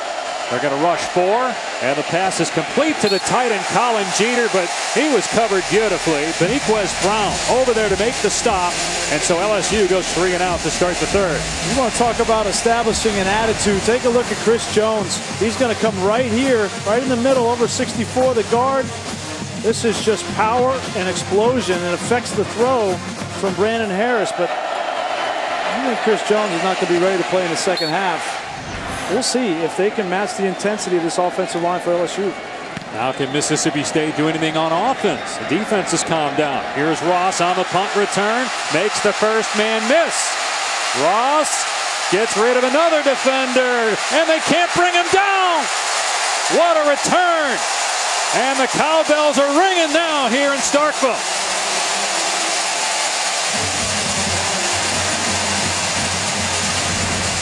Les Miles' biggest concern in not playing a game a week ago was tackling. It hasn't been an issue on defense, but special teams, it's starting to show up. Great return by Ross. And so Mississippi State starts in LSU territory. First down at the 46-yard line. Shumpert gets the call off the right side. Nothing there. Deion Jones, who's replacing Quan Alexander now in the NFL, makes the tackle on the play. Second down and 10. First-year defensive coordinator Kevin Steele. Remember, John Chavis was here the last 6 years. He's now at Texas A&M.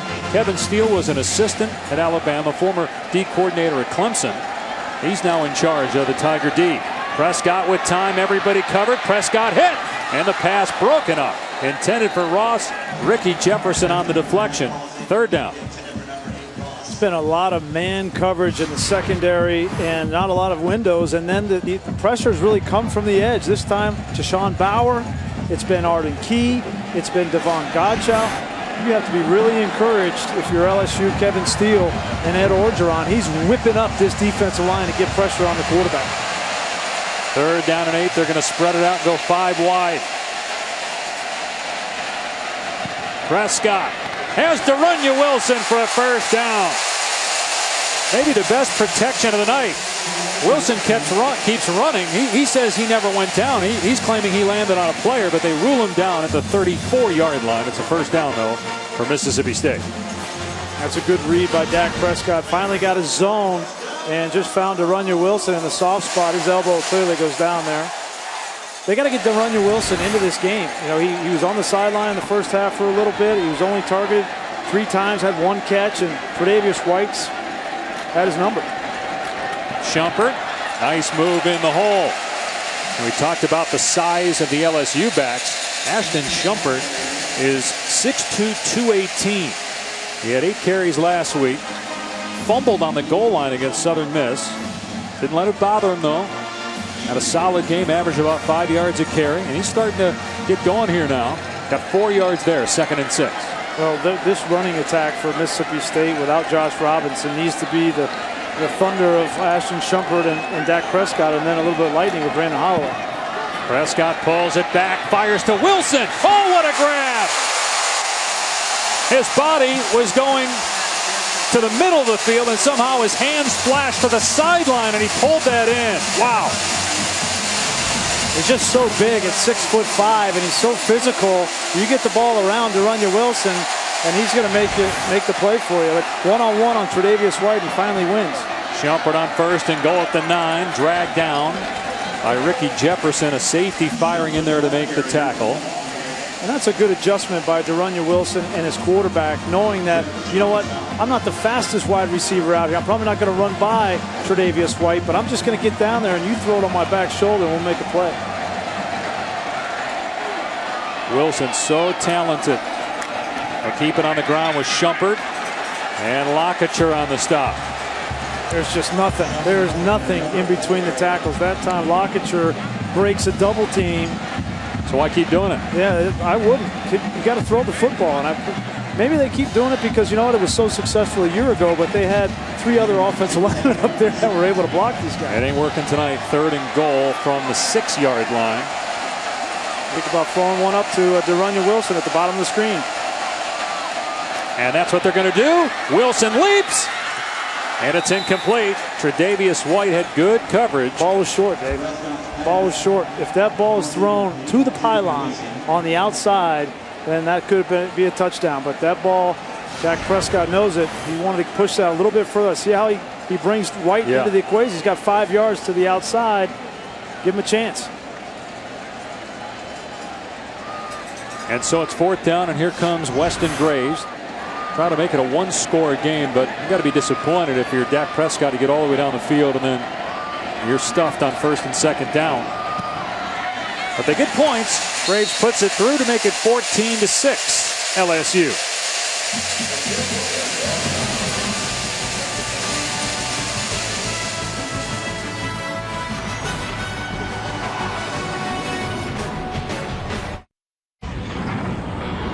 ESPN, home of the college football playoff. It's number 1 versus number 2 in the final match of America's Major. Djokovic and Federer go at it tomorrow in the U.S. Open Men's Championship. Coverage starts at 3:30 on ESPN, presented by Mercedes-Benz. Should be a great final. Congratulations, Flavia Panetta. Won the women's title and then promptly retired. That's a mic drop for you, Grease. You had a chance to go to the U.S. Open, didn't you? Was it kind of like this? We had cowbells there? Or was it... Absolutely quiet. It was the Venus-Serena match, and nobody made a sound. Good kickoff. It will come out to the 25. Now, Mississippi State's defense played much better the last quarter plus. Manny Diaz, who was the D coordinator here at Mississippi State, then went to Texas, spent a year at La Tech last year. Now he replaces Jeff Collins, who's the defensive coordinator at Florida. And LSU, fewer yards in the second quarter than the first. In fact, matched Mississippi State in that second quarter.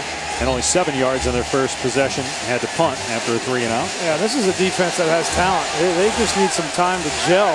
Obviously, losing 3 guys on that front defensive line. They lose Bernardrick McKinney and Matt Wells, and then 3 guys in the secondary. But there's plenty of talent on this roster on defense. A pitch at the Fournette, running downhill. Fournette runs over a teammate and gets out to the 45-yard line. That is a freight train on the loose between the tackles for 20 yards. Take a look at the blocking on the interior. Just coming off the football. And they go right back to the same play. They go up tempo. Fournette stacked up by Chris Jones, a short gain. I like this change. I like, LSU, you don't normally think about going with tempo, but they gave up a long drive there, a little bit of momentum on the side of Mississippi State. I like this change in pace by Les Miles and Cam Cameron. And you think, okay, why are you taking Fournette out? Well, he's already got 17 carries, and the guys that come in after him are pretty darn good, too. Well, you want to be smart. You want to be smart. You don't want to overwork him. Cam Cameron telling us he wants about 20 touches, and 17 touches at the start of the third is a lot. Darrell Williams, a talented backup, and he'll get it here, but he's brought down by Tolando Cleveland after a gain of maybe 2. So another big third down here for Mississippi State defensively. When you start to see this secondary for Manny Diaz getting involved in the running game, you have to have it. That's Tolando Cleveland, a backup corner coming off the edge. Brings up a 3rd down and 6 here, where I would anticipate Diaz dialing up that pressure once again.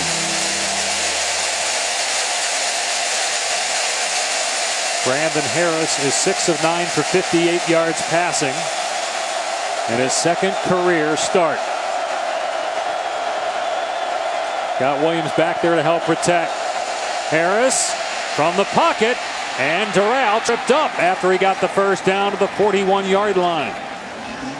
A 10-yard gain, and they move the sticks into Mississippi State territory. Great pickup on the blitz. It's going to come from this side. Watch the pickup. It's flush. Great pocket, and then an accurate throw. You get that ball accurately to Doral, and he's able to get the first down. That's well done, well executed by an offense that playing in the first game of the year. Doral was looking to the official to see if there was a flag, because he had 2 touchdowns called back. He's saying, does this one count? I finally get a big play. First down on the 41-yard line, and that's a keeper. Harris gets a block from Doral inside the 30. Inside the 25 before he's wrestled down by Kendrick Market. Excellent block by the receiver. Traven Doral out there springing the quarterback, Harris, for a gain of close to 20. This is the element that, we don't really know a whole lot about Brandon Harris. We're wondering about him from the pocket making good decisions, but this athleticism, you put this on top of a run action with Leonard Fournette and with some of these other backs, and that's going to have significant sting. Williams stays in the game at running back. First down on the 23-yard line. Here's Williams straight ahead to the 18 for 5. Nelson Adams brings him down. This would really be disheartening for Mississippi State if they give up a touchdown after getting all the way to the 9-yard line. They're moving right along, and then they have to settle for a field goal. Battle of ranked teams here in the SEC with Brian Greasy, Tom Luganville. I'm Dave Pack. That's not a misprint. 65 degrees is the temperature. Normally it's about 85 or 90 this time of year. A pitch it to Fournette. He's outside to the 10, to the 5, and in. Touchdown. That's 3 scores for Leonard Fournette. Did you see him pick up steam as he got the perimeter? It's that burst. I mean, at 230 pounds, you know, you have to respect his ability to come downhill in the power running game in between the tackles. But as soon as you do that, as soon as a linebacker fills inside the tight end, he just bounces it to the outside, and then he has the speed to outrun the secondary. It's really impressive. 75-yard scoring drive. Fournette over 100 yards. His 6th career 100-yard game. A true sophomore. He closed out last season with his best game in the bowl game against Notre Dame with 143 yards and 2 scores. He's got 3 touchdowns tonight as LSU is back in control, leading by 15.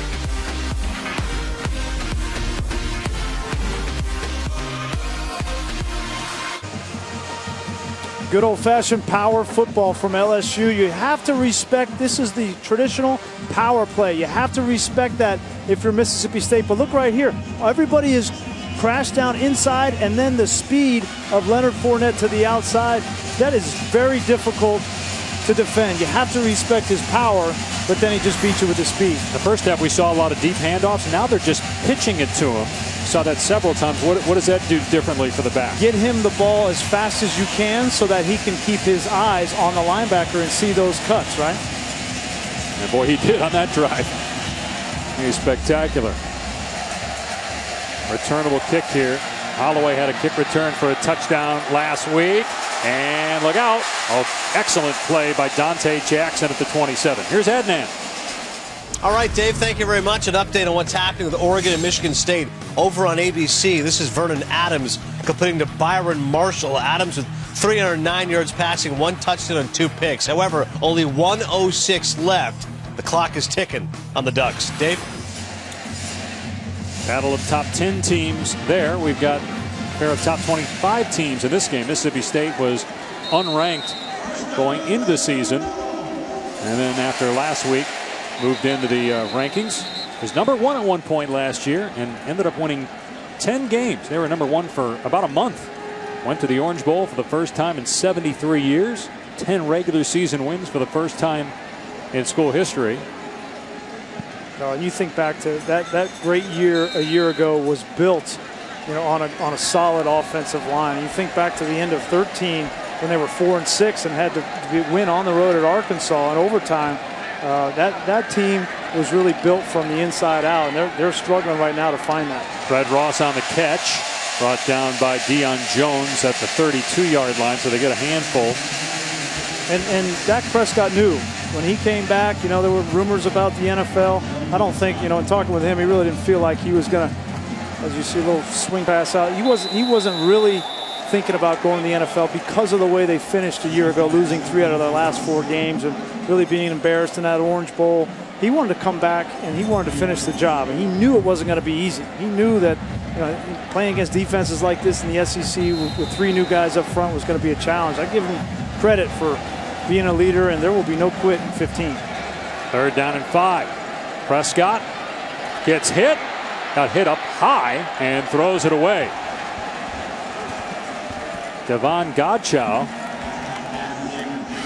was in the face, literally, of the quarterback. Godchow has been double teamed almost on every single play, and he's been so powerful. He split those double teams in the running game. He has taken away completely that inside rush attack, and then when you have Godchow on the inside, and you see Ed Orgeron there, and you have those speed rushers in Key and Bowers on the outside, that's a dynamic combo.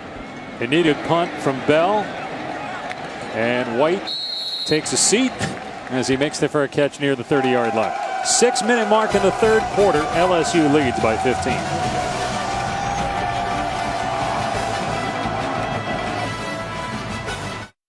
ESPN College Football, brought to you by Mazda. Driving matters. And chocolate milk, trusted by athletes, backed by science. LSU representing here in Starkville, where the Tigers are on top 21-6. 3 rushing touchdowns by Leonard Fournette. Over 100 yards on the day. Over 1,000 yards last year. The track star in high school. Preseason first-team All-SEC back. And it's 1st down for LSU on its 30-yard line. And here's Fournette. dropped at the 31-yard line. So a 1-yard pickup for Fournette. Brandon Harris beat out Anthony Jennings in camp with a starting job. Jennings started pretty much all of last year, save one game, which Harris started, losing at Auburn. What do you think so far? Well, so far, so good. I mean, he's just kind of had to manage the game, communicate, which he's done in a hostile environment, protect the football. Going to keep it here, and he's wrapped up right away. Chris Jones, who's lost some weight. Now there's a flag down. May have grabbed the mask of Brandon Harris in the process of getting him to the ground.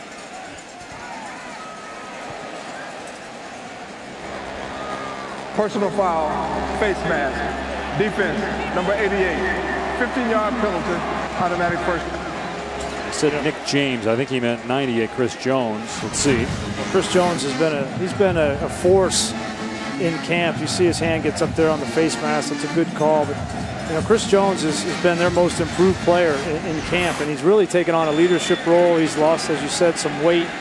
He's become more of an every down player. He's always had the talent. But talking with Manny Diaz and Dan Mullen, they've been really excited about the leadership qualities that Chris Jones has brought this year so far. There's a throw to Durrell out on the flat, and Will Redmond picks him up and takes him to the ground near midfield. They'll pick up a 3 or 4. We're near the 5-minute mark here in the third quarter. Redmond is Mel Kiper's #1 senior cornerback. Guy that didn't actually start a game last year. They swing it to the other side to Durrell, and looked like he tripped. Went down. Calhoun helped him. Short gain, 3rd down and long for LSU. Those are the Leonard Fournette breather plays. Yeah. You just pitch it out there and see if the wideouts can get a few yards and give big number 7 a breather. Or spread things out a little bit and then come back and hammer it between the tackles with a 230-pound back. 3rd down and 6. See if Cam Cameron, the offensive coordinator, lets Brandon Harris throw the football here. Mississippi State showing blitz. Here they come. Harris steps up, lobs it down the sideline, incomplete. Try to hit Deshaun Smith, the tight end. He had Zach Jackson running with him. So 4th down, and LSU will kick it away. Good coverage there in the back end by Mississippi State. They came in what we call a nickel bear defense. They had 5 guys up around the line of scrimmage and come after the quarterback. If you're going to do that and play man, you got to be able to cover on the back end. And Zach Jackson was up to the challenge. And he's replacing Matt Wells, who was a pretty good linebacker in coverage a year ago. And they're trying to have Jackson fill that role. Ross had a good punt return last time. Not going to get a shot here, though. Fair catch made around the 12. Dak Prescott had a lot of magical moments last year, and they're going to need some of those here to have a shot to win against LSU. He struggled. The offense has only 6 points. Next Saturday, College game day will be in Tuscaloosa at 9 a.m. Eastern time. And then at night, it's Alabama and Ole Miss squaring off. 2 really good games the last couple of years between those 2 schools. We're going to find out something about Chad Kelly. It's been really easy for him so far, but you go into Tuscaloosa against that defense, it's not going to be as easy as it's been. Mississippi State ball, trailing 21-6. Prescott off play action, has time, airing it out, and it is nearly picked off by Kevin Tolliver, but incomplete. Fred Brown was the intended receiver. I'm going to talk about the talent in Baton Rouge. He's true freshman. Take a look at Tolliver. Double move. He doesn't bite. And now he's running stride for stride. No problem. Now I'm in good position. I look back for the ball. All he does is just drop the ball, but he did everything else perfectly. And for an 18-year-old kid, that's really hard to do.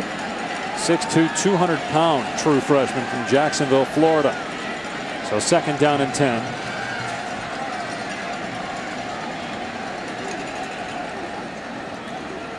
Prescott dumps it off. And here's tight end Justin Johnson. He lost the ball. They're going to rule him down at the 21. Johnson had a touchdown catch last week. First time we've called his name tonight. 3rd down and 1. Let's see if he was before the ball came out. Yeah, in fact, the ground caused a fumble there. Dan Mullen is excited about Justin Johnson. He's replacing Malcolm Johnson, the receiver in high school. And he came in and said, you know, we're pretty deep at receiver, but we need a tight end. He said, you're already bigger than Malcolm Johnson was at 230 pounds. 3rd and 2. They motion Ross into the backfield, fake it to him, and then Prescott going to be close. You know, before when they were in that play, they didn't have a back in the backfield. He would just take it and go straight ahead. That time they brought a receiver in motion to freeze the D a little bit. And he got enough to move the sticks, it would appear. They're going to measure. I don't know.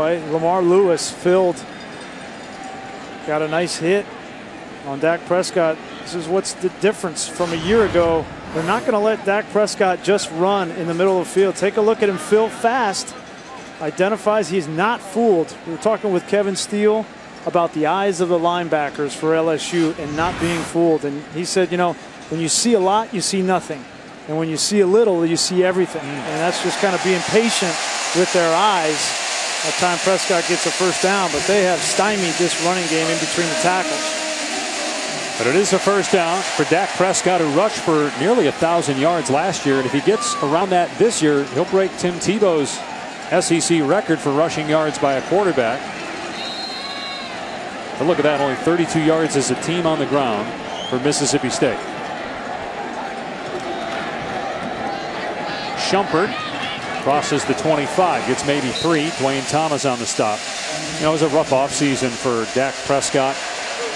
During spring break, he and some friends were down in Florida, and they got surrounded and jumped by several men, and Prescott had some serious facial injuries.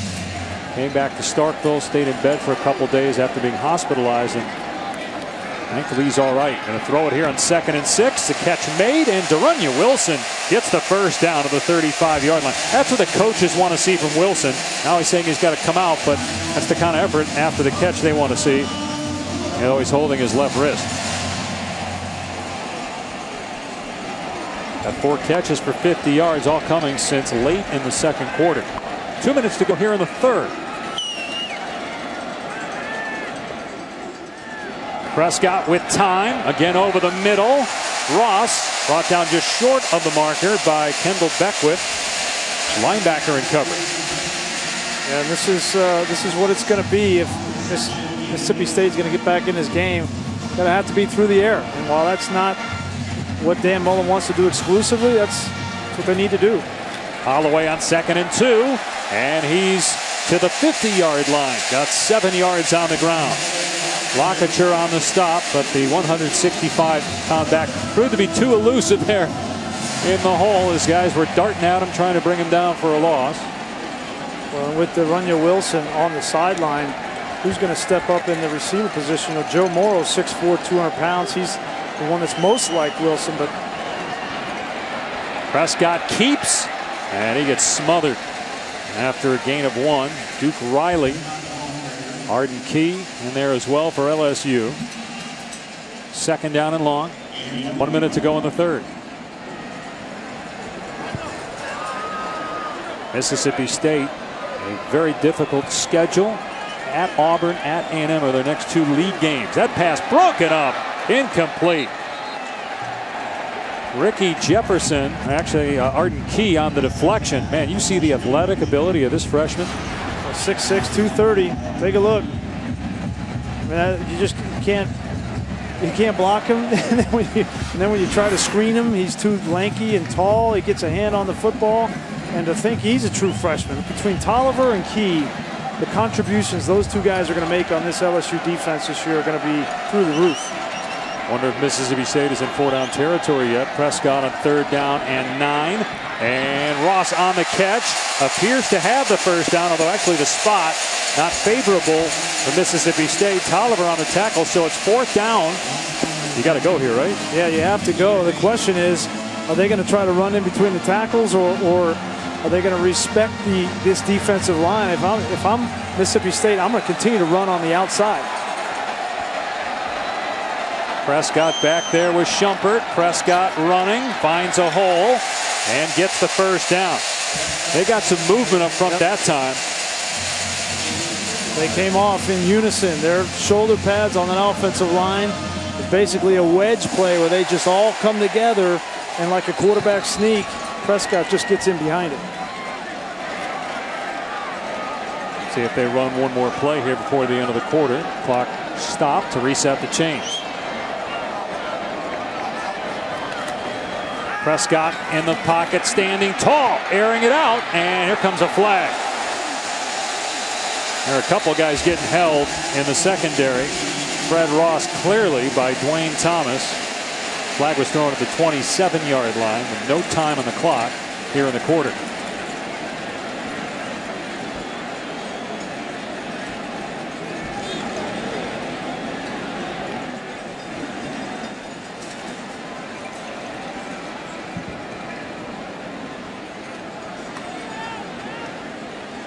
Would be an untimed down here. Oh, Mississippi State would get to run one more play.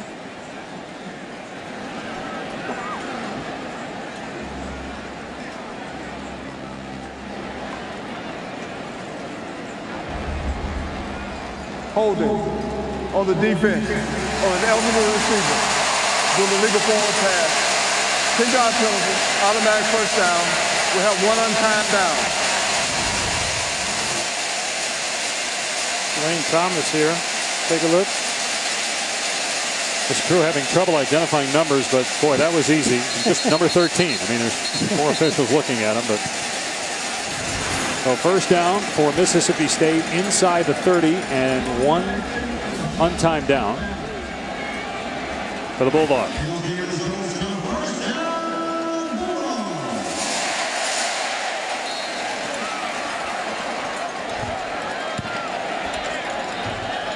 That's Holloway, the smaller back there with Prescott.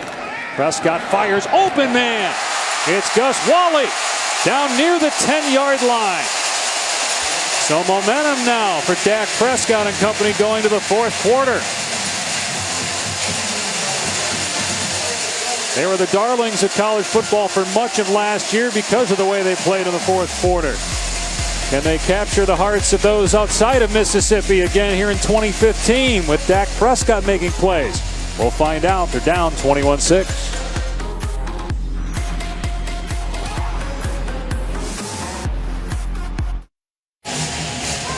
Be on the lookout for Taco Bell student sections and passionate fans like these at games all year long at ESPN.com/Taco Bell to learn how to win a chance to join your school student section at the College Football Playoff.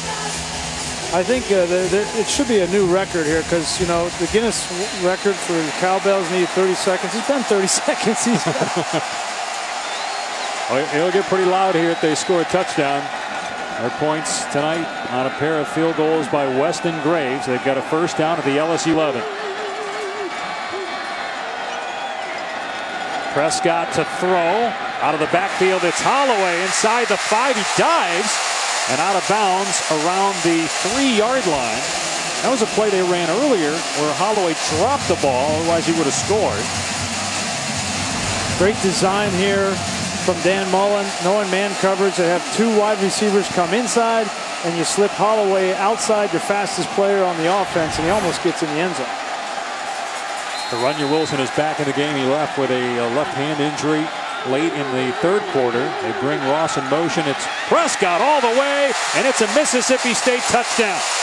But there is a penalty marker down at the 5-yard line.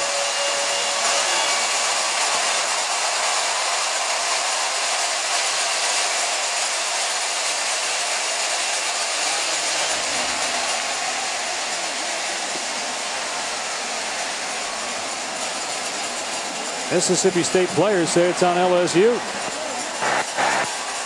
Outside defense. Number 49. Penalty is declined. Touchdown is good.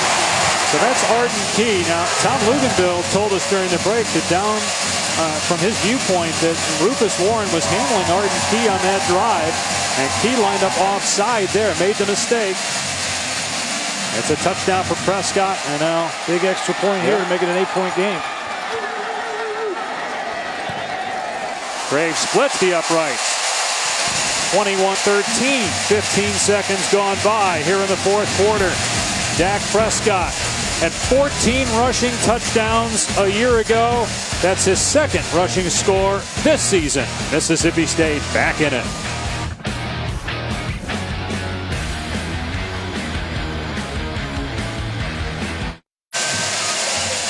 John Hevesy giving his offensive linemen some Scooby snacks the way they've been blocking here. On that last drive anyway. Yep. Opening some holes for Dak Prescott on the ground and giving Prescott time to throw. A rushing score for Prescott. And Mississippi State is back within a score, 21-13, early fourth quarter. A matchup of ranked teams here in Starkville. When Brandon Harris comes out on offense for LSU, it'll be the loudest this stadium has been all night. And it's just his second career start. A true sophomore. How will he handle it? Short kickoff. And taken by one of the up men, Williams. Brought down at the 20. Great kick off coverage that time by Mississippi State. The story for the Tigers, Leonard Fournette. 3 rushing touchdowns in the game. He's been a beast. I mean, he's done it inside, outside. He's bounced it to the outside, showed his speed. Although they need him now more than ever. Dak Prescott just got his team back in the game. It's an 8-point game, and momentum has swung. If I'm LSU, continue to feed the big man. And if you're Manny Diaz, Mississippi State defensive coordinator, you got to sell out to stop Fournette and make this true sophomore Brandon Harris beat you through the air. Harris and Fournette will line up next to one another. First down at the 19-yard line. And here comes a reverse to Durrell. Mississippi State has guys in the backfield, and bringing down Durrell is A.J. Jefferson. A big loss on first down. Great effort by A.J. Jefferson and great recognition. There he is. See him on the end. He's the edge player. He's got contained. He falls back. Then he sees really fast. He sees, then he stumbles. But a big man to go out there and get a receiver on the ground, that is not easy to do at 275 pounds. Remember, Durrell had a 90-yard rushing touchdown in the first half, called back because of a penalty. You miss a tackle on him, it might be 6. Second down and 13. Fournette goes down for a loss. Back-to-back negative plays. And A.J. Jefferson is there again for Mississippi State. Third and long. Jefferson came along with the corner, Tolando, Cleveland. Just what we talked about. Manny Diaz not going to allow number 7 to beat him on this drive. And now you put LSU in a backed up situation, 3rd and 16. And now they're going to come after the quarterback.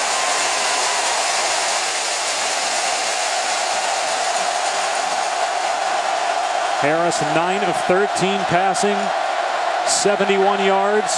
Play clock down to 3. They'll keep it on the ground, play it safe. And Fournette is mauled at the 18-yard line.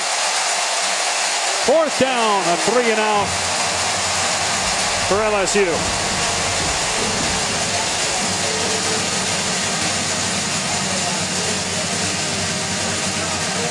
Surprised they didn't let Brandon Harris throw the ball, or does that tell you all you need to know about where their confidence level is in a true sophomore quarterback? It's less about Brandon Harris and more about, you have Leonard Fournette. If you let him throw on first down, it's incomplete. Everybody's saying you have Leonard Fournette for crying out loud. I'm talking about throwing it on third down. They just run the ball on third down. You don't want to throw that ball on 3rd and 15 there in that situation. Fred Ross with a fair catch. Mississippi State's offense on the field, down 8. Manny Diaz, new D coordinator, fired up after that stop by the Bulldogs.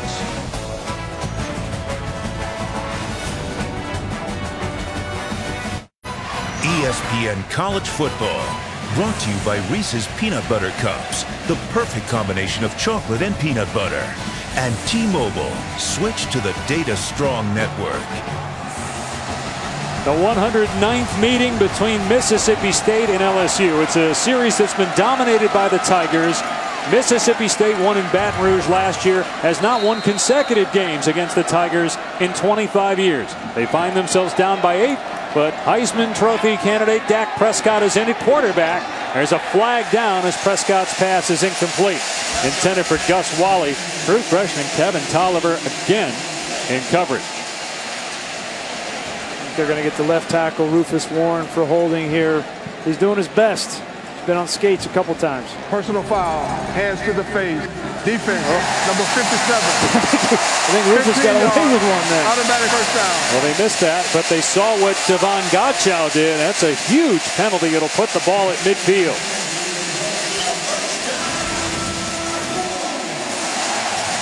Take a look here.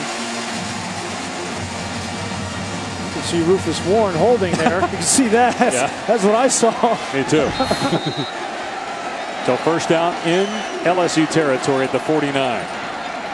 Here's Holloway. He gets tagged, but bounces off that tackle and keeps going. They rule him down, though, at the 46-yard line. A gain of 3 on the play.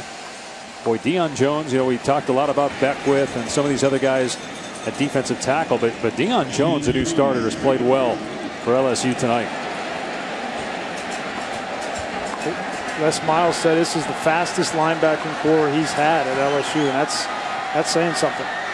Second down and 7. They rush 4. Prescott with time. Open is Ross.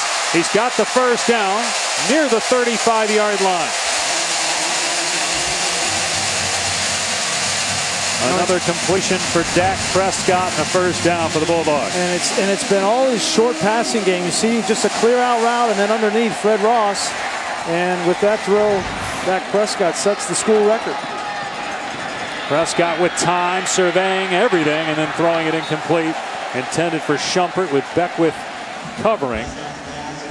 So career completion number 484, tying the school record. He'll soon break that. He came into this game with 18 school records. He's become so popular here in Starkville that when they named the new mascot, the Bulldog, they named him Jack. They spelled it J-A-K, no C. Yeah, and they both appeared on the cover of Sports Illustrated together. So second and 10. Prescott with a shovel pass to the tight end, Wally. Stretches to the 32, so only a 4-yard gain. Bring up third down and 6. You handle this like you're in 4-down territory here, Brian? Absolutely, and I think you call this third down play knowing that if you get within 1 yard, 2 yards that you're going to go for on fourth down, and it's probably going to be Dak Prescott running the football. We'll see if they hammer it between the tackles here. You see what he's done throwing the ball on third down tonight. And again, Weston Graves is their short yardage kicker. Not sure what the stoppage is for here. Devin Bell is their long range kicker, and he did not attempt a field goal last year, hasn't yet this year. 2 years ago, he was 6 of 14. So one of those longer tries, he struggled. That may factor in too to Dan Mullen's decision making here with play calls.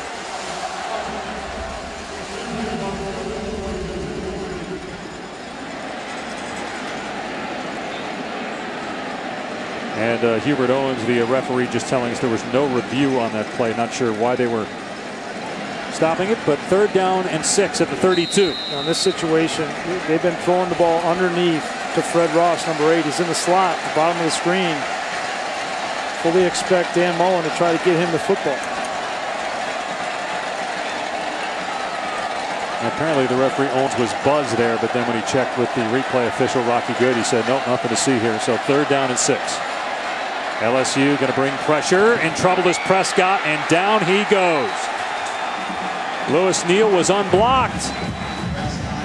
Deshaun Bauer injured on the play for LSU, and now you got a punt. Well, they just tried to confuse the right tackle, Justin Senior. You're going to see they bluff with the blitzer. He's going to come up here, and then he's going to come off, and you'll have Neal off here, and it leaves the offensive tackle in a bind. Doesn't know which way to go. He doesn't block either one of them. Give credit to Kevin Steele, Ed Orgeron up front. Time and time again throughout this game, they have confused this young offensive line from Mississippi State. A really talented D-line for LSU. And the punt is caught by Tre'Davious White at the 15, so that's where LSU will take over with an 8-point lead early in the fourth quarter.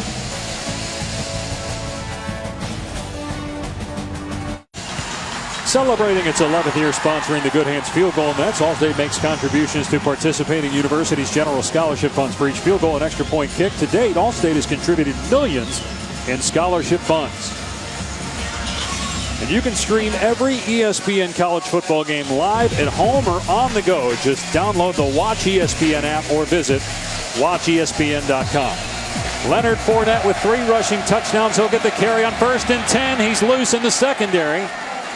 Brought down a yard shy of the first down by Zach Jackson. He's already over 100 yards on the night. More than 20 attempts for Leonard Fournette in the game. If you're Mississippi State, you got to be careful. If you're selling out in blitz situations, that you leave a crease for number 7. Fournette has the first down and more.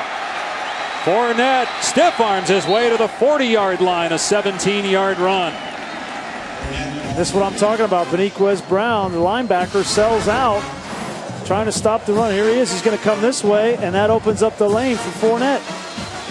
You got to be careful when you're blitzing that.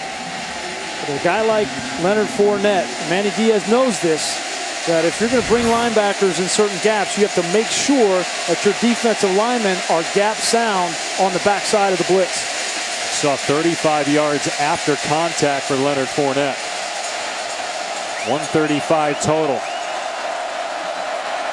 First down at the 41-yard line of LSU. Les Miles on the field, calls a timeout. They had to burn a couple on offense in the first half. Have to take one there with 9:23 on the game clock. Here in the fourth quarter, LSU trying to hang on in Starkville.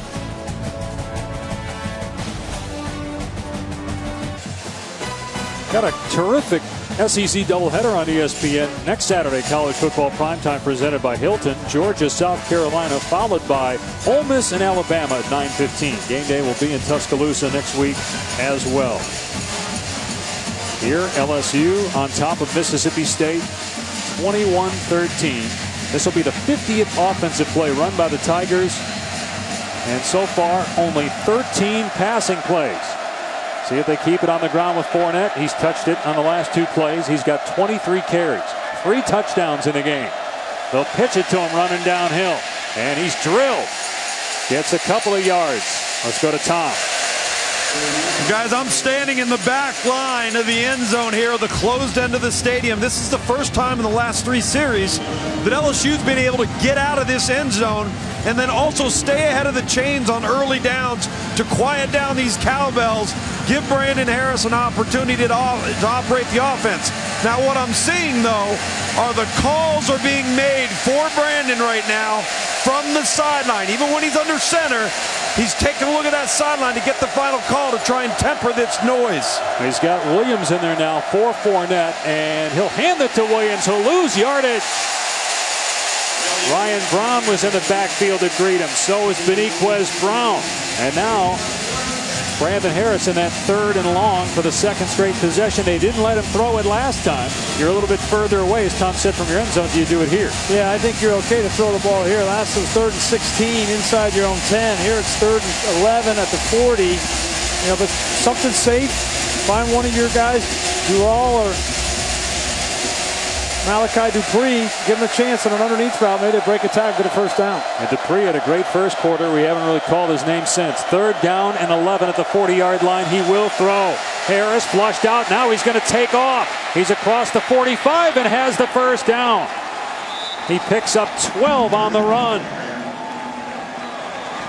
Great cut at the end there. First off, safe decision. Good decision to run. Use your athletic ability. Loss of contained by Mississippi State defensive line. Then he cuts inside to Lando Cleveland. Cleveland is taught to keep leverage. Don't let him outside, but Brandon Harris just puts his shoulder pads down and gets a huge first down for his team. 48 yards rushing, 71 yards passing for Harris, and they have the ball now in Mississippi State territory. 7.5 to go. Darrell Williams remains in the game at tailback for Fournette. And he'll get it. Huge hole inside the 40. Breaks it to the outside. There's a flag down. Williams is inside the 20-yard line. Let's see what the penalty flag is for. Thrown at the 39-yard line. That's on LSU. That would negate a run of about 27 yards. And it's coming back. It looked like Tevez Calhoun, the corner for Mississippi State, was trying to get inside to get a hit on Williams. He fell down. Offense, number 65, 10-yard penalty from the spot of the foul. Still first down. The left tackle, Gerald Hawkins. Yep. There he is right here. There's Gerald Hawkins.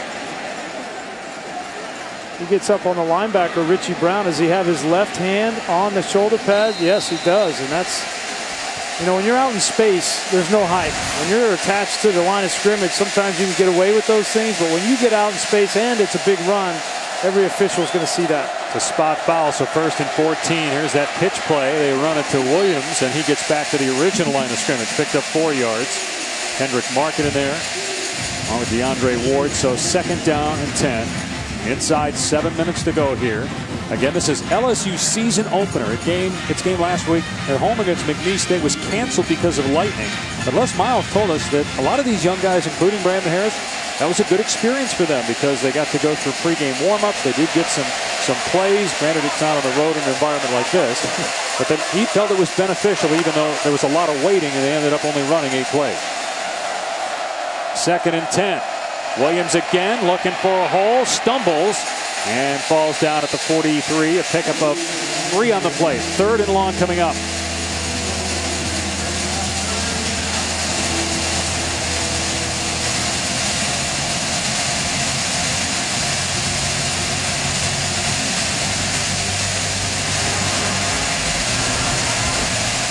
So many learning experiences for Brandon Harris. Managing game. There's been a lot of on the ground, only 13 passes, but they're going to need to throw the football to convert here.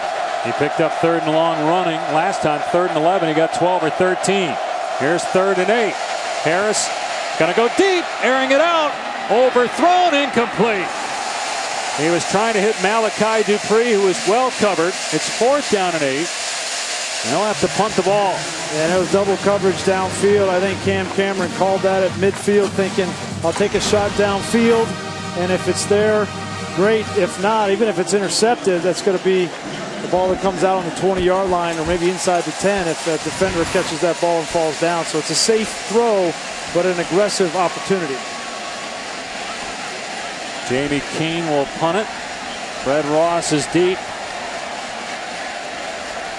LSU looking to pin Mississippi State inside its 10-yard line. And that's a really poor kick. Fair caught at the 18. Not at all what Les Miles wanted from Keene. This week on SportsCenter, SVP and his nightly fresh takes on the days in sports.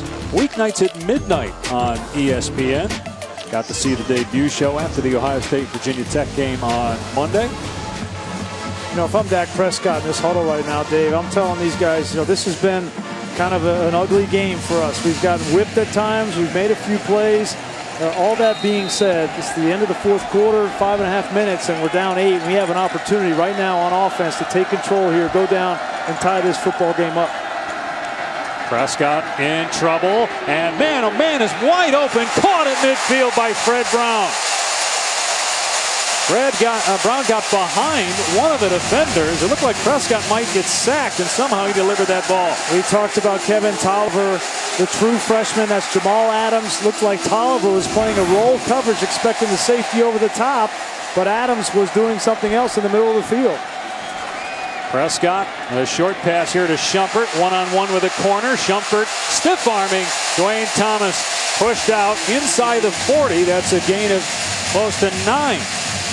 As we near 5 minutes to go here in regulation, with Mississippi State needing a touchdown and a 2-point conversion to tie the game. It is a 1st down at the 39. If we get a 3rd straight pass play. Yep. Prescott over the middle. Wilson inside the 25. Down to the 24 for 15 more yards. And the Bulldogs going up tempo again. Darunya Wilson matched up man-to-man on Tre'Davious White. Just a simple slant route, and he wins. They're inside the LSU 25. Prescott with a pop pass to Wally. To the 14, another 1st down. Mississippi State's got LSU reeling right now on defense. And LSU should not be biting on any play fakes because it's been all pass. There's no reason for them to come up from the linebacker position and get caught. Prescott with time, delivers inside the 10-yard line. The catch is made by Fred Brown. They'll spot him at the 6-yard line. It's an 8-yard pickup. This is where the veteran quarterback, the guy that's been in the battles late in games, had to come from behind, has the experience where it's so valuable to see the difference between Mississippi State's quarterback and LSU's at this point. Prescott to Wilson. He juggles it. Then he catches it. Then he scores. Touchdown, Mississippi State.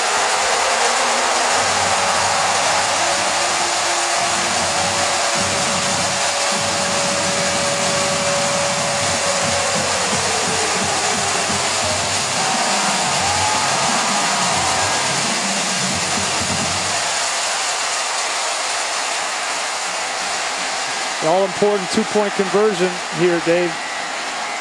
And let's say they threw it every play. Do you throw it again? They threw it every play on that drive.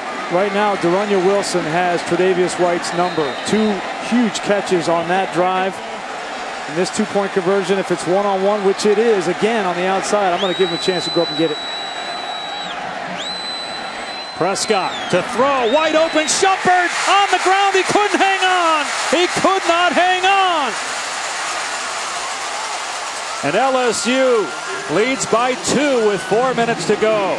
That would have been a great catch if Shumpert could have pulled that in. Now this is a tough throw for a quarterback. A guy running directly away from you. This ball's thrown a little bit behind Shumpert. In all fairness, he's running upfield. He could looked like he was going to make that play until his back hit the ground.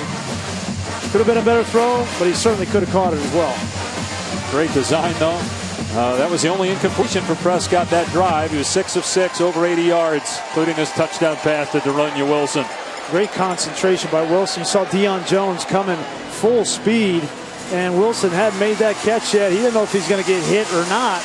And to keep that concentration and come down with that football, even though they don't get the two-point conversion, still 4 minutes left in this game, and Mississippi State has all 3 timeouts, and a field goal would win it. Man, how good is Dak Prescott?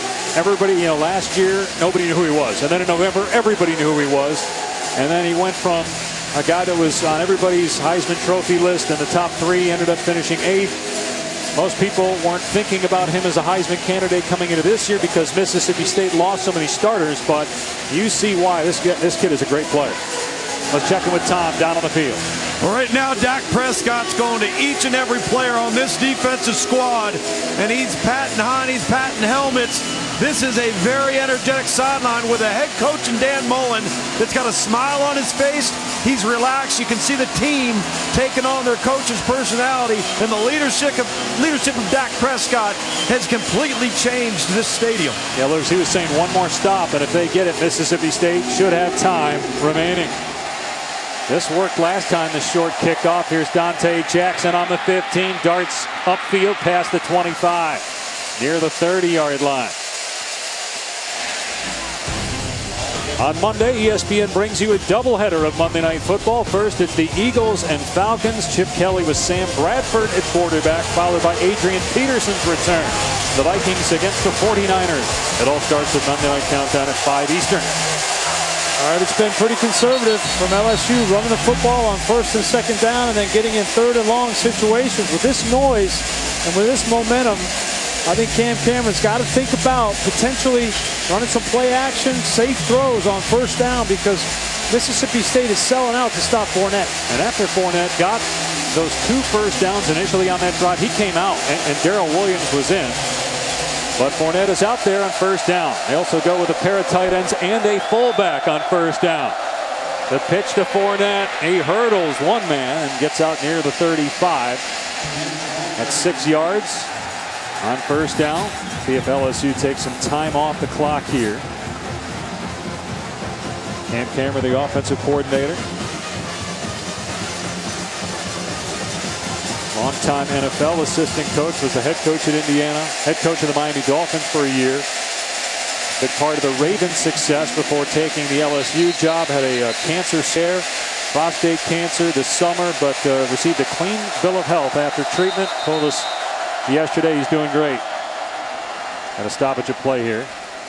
And when he likes to run play action, Dave, it's usually a bootleg or it's off of that power action with the fullback in the flat. 2nd down and 4. Mississippi State, 10 in the box. Here's big number 7. Got the 1st down, and Fournette dragging defenders. They finally push him back. Forward progress stopped at the 43. It's an 8-yard run. A 1st down. Just outside 3 minutes left. Now, after those 2 runs right there, There will be no passing on this unless it's 3rd and 8, because if everybody in the building knows you're going to run the football and your offensive line comes off and you got that man right there, number 7, running like that with 2 hands, securing the football, there is no reason to do anything else but hand it to him. A career high 151 yards for the true sophomore. 3 touchdowns in the game, all of LSU's points. First down at the 43, 2:40 and counting. Fournette again. And they can't wrap him up. Fournette backs his way to midfield. And that offensive line right now pushing Mississippi State off the ball. 7-yard run. That clock ticking. The next snap will come inside 2 minutes. As far as offensive lines go, this is the pinnacle. This is what you work for, right? The quarterbacks, touchdowns and running backs and yards and all those things. For those 5 guys up front for LSU, there is no better feeling on the road in a hostile environment with the game on the line to put it on their back and say, we do not need to throw the football. You just run right behind us. This is it. 10 in the box again. Everybody on the line of scrimmage. 2nd down and 3. Williams won't get it. Brought down at the line of scrimmage by Richie Brown. 3rd down. Does Mississippi State use a timeout? They've got 3 remaining. 1:47 on the clock. Yes, they're going to take a timeout here.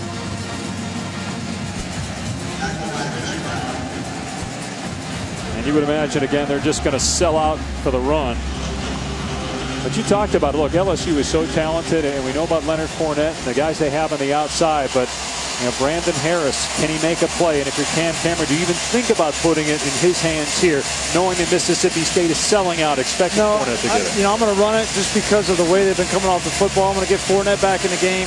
At worst, I want to burn one of their timeouts. They still have 2 timeouts left, so I fully anticipate them run the football and then kick the football, run all the way down, kick the football inside the 10-yard line. They only have 1 timeout left in about less than a minute. Mississippi State's defense, you wonder how tired are they? Well, we're going to find out if they don't get this first down here. And that D-line's been out there a lot, and there's been a lot of play inside that phone booth tonight. It's been a physical game. I mean, we knew coming in, first rivalry game in the SEC West, we knew this was going to be a physical knockdown game. 3rd down and 3 at midfield.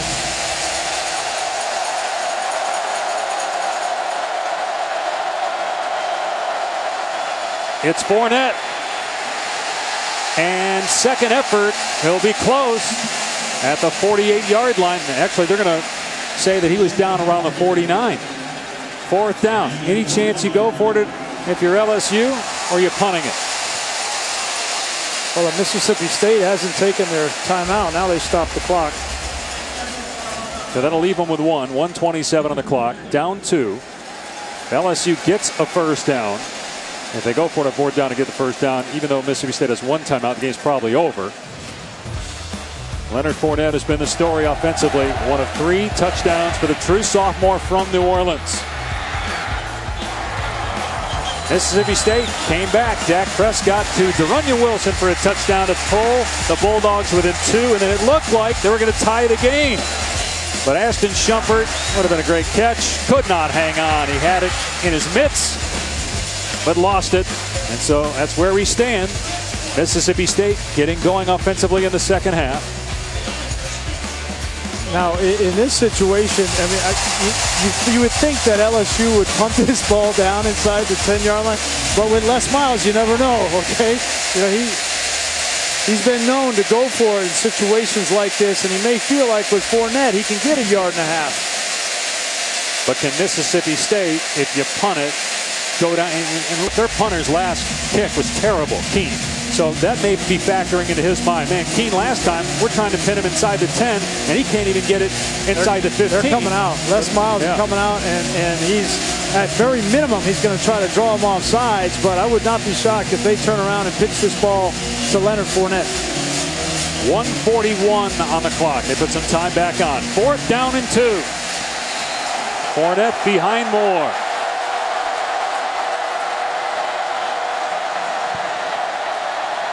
Trying to draw him off. And then, And Mississippi State not biting. Nope. Play clock at 5. It's worth a shot. It's worth a shot. Don't harm you at all. Burn a timeout. So Jamie Keane, the senior punter from Australia, who normally is excellent, second team All-SEC, had a 4-punt last time. Still fourth down. Can he pin Mississippi State inside the 10 here? And remember, the last drive, Dak Prescott was hot. 6 completions in a row, touchdown. They didn't take much time at all, and they don't need a touchdown. All they need is a field goal, a minute and 40 seconds and a timeout. That's a ton of time. And again, it didn't hurt that drive started around the 20 instead of around the 10 when LSU was punting from the Mississippi State 44-yard line. Fred Ross did a good job on return so far. They took the delay of game there instead of burning the timeout, and a much better punt here by Keene. Fair catch made around the 10. That's what Les Miles wants out of his kicker. And a nice bounce back there. So now Dak Prescott, can he do it again? He led Mississippi State to a #1 ranking last year for about a month. They finished with 10 wins. Went to the Orange Bowl for the first time in 73 years. He's had a great second half. And if you're LSU, you know what's coming. He's going to throw the ball. Every play on the last drive was a pass play. No, and really, what did it come down to? Man-to-man coverage, De'Runnya Wilson on Tre'Davious White, and then in some situations getting the ball to Fred Ross, who finds those holes in the zone. But what is Kevin Steele going to do? Is he going to continue to play man-to-man coverage on De'Runnya Wilson? From the 11-yard line. Prescott in the pocket, incomplete. Try to hit Fred Ross. There is a penalty marker down on the near sideline at the 18. Offside. Defense, number 49. 5-yard penalty. Still first down. That's twice Arden Key, the true freshman, has been offside here in the second half for LSU. Well, and he's trying to get to the quarterback. He's young. He's excited. He's got a tight end converted to a left tackle he's going against. Bottom of the screen. Gotta be smart. Prescott in traffic, delivers. And breaking a tackle at the 30-yard line is Fred Ross. Out to the 32. The clock will stop as they reset the chain. You don't need to be in a rush if you're Dak Prescott, but you do have to have a sense of urgency here with the clock. Ball on the 34, a minute 15 and counting, 1 timeout left. 4-man rush. Prescott looks and finds Fred Brown short of the marker, so the clock is running. Ball at the 42-yard line. Or did he get the first down? No, he did get it. Enough to move the chains, so those hook routes, Dave, have been there all second half. I would keep throwing it. Prescott in trouble, throws it up for grabs, incomplete. Wilson trying to come out of his break and chase that one down. And Kendall Beckwith had pressure in the backfield, second down. It's a great play there by Dak Prescott. They wanted a pump and go on the near side. It wasn't there. He knew he was under pressure. If he takes a sack, it's catastrophic. Throw the football away. Sometimes your best play in the 2-minute drill is an incompletion, stop the clock. And the difference between a 5th-year guy and a 2nd-year player that the LSU has at quarterback. 2nd and 10. Prescott finds Wilson. Clock running. Ball in midfield. 46 seconds to use the timeout. I would take a timeout here and let my guys catch their breath, because they've been running 3-4 routes in a row. You can always spike the football to kick the field goal when you get down there. Now you're at 3rd down and 4. Prescott. Complete, first down. Gus Wally on the catch inside the 40. The clock will stop as they reset the chains with 28 seconds left, and they hang on to that timeout. Now you need a spike. Think about a spike. Prescott has completed 10 of his last 11. He will spike it here. That'll stop the clock with 26 seconds remaining. And again, they have 2 kickers. They have a short yardage kicker, Weston Graves. And he's usually, Dan Mullen told us, when it's from the 25-yard line in, so about a 42-yard field goal, that's where Graves will kick it. Anything beyond that is Devin Bell. Now, Bell didn't attempt a field goal last year. When he kicked 2 years ago, he missed 8 out of 14. That's Bell over there. If I'm Dak Prescott, I'm not thinking about field goal right now. I don't want to put this game in the kicker's hands. I still got a chance to get it down there. Pressure coming. Prescott hit. He still completes it. Near the first down marker to Wilson.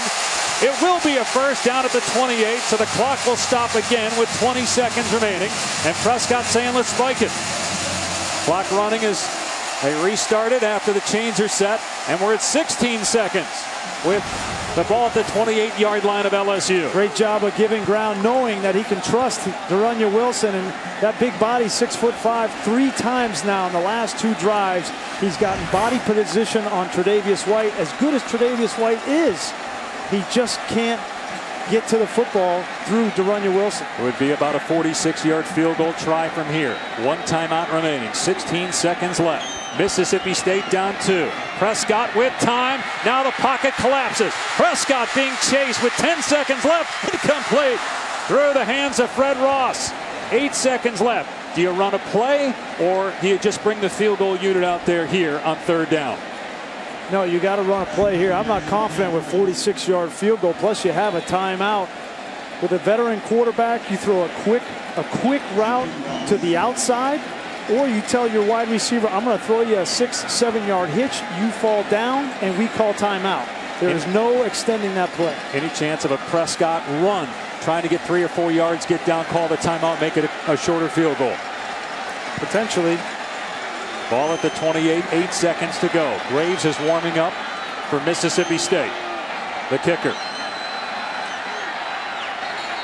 And there's a penalty marker down. That's a delay of game. Oh, man. Did Dan Mullen call timeout in time? Did he get the timeout? He was trying. There's a lot going on. Quarterback's head. Always, no matter what the situation, have to keep an eye on that play clock. You know what was interesting too is LSU was in the neutral zone there. Delay of game. Oh, wow. Offense, number 15, 5-yard penalty. Still 3rd down. I mean, you got to call timeout there. You can't do that. You can't take that penalty there if you're Mississippi State. You see the play clock. Whether you're the quarterback or the head coach, you've got to call timeout there. So now they're at the 34-yard line with 8 seconds left. They still have that timeout. This play call would be the same thing for me. I'd have Fred Ross go down about 7, 8 yards, or on an inside slant, throw him the football, fall down, call timeout. Prescott to throw. Pressure coming. The pass is incomplete. 3 seconds left. Wilson wanted a flag. Won't get it. So here we go. It'll be a 51-yard try. The last game-winning field goal for Mississippi State was back in 1997, a 53-yarder, and they're bringing in Devin Bell. You got to try it. Before we get to this kick, give credit to Tre'Davious White. He finally made a play on De'Runnya Wilson on the slant route. 51 or 52. It's in that range. It's going to be officially a 52-yard try to win the game for Mississippi State. 3 seconds to go. Will LSU call a timeout here? Yep. Les Miles will burn one, make Devin Bell, who again, no field goals last year. No attempts. 2 years ago, he was 6 of 14. And now he's out there with a chance to beat LSU if he can put it through the uprights. The only thing he's got going for him right now is that, you know, there's not a high percentage he's going to make. There's a long ways, a lot that can go wrong. If it was a 38-yard field goal and everybody expects him to make it, then there's a little more pressure on him, and I think the freeze tactic helps. But right now, Devin Bell's like, look, I'm not the normal field goal kicker. Listen, I'm going to go out there and I'm going to boot this thing, and hopefully it goes through. But I don't think he's feeling a whole lot of pressure right now. Mississippi State was down 21-6. LSU was up 14-0 in the first quarter. But now the Bulldogs with a chance to win the game.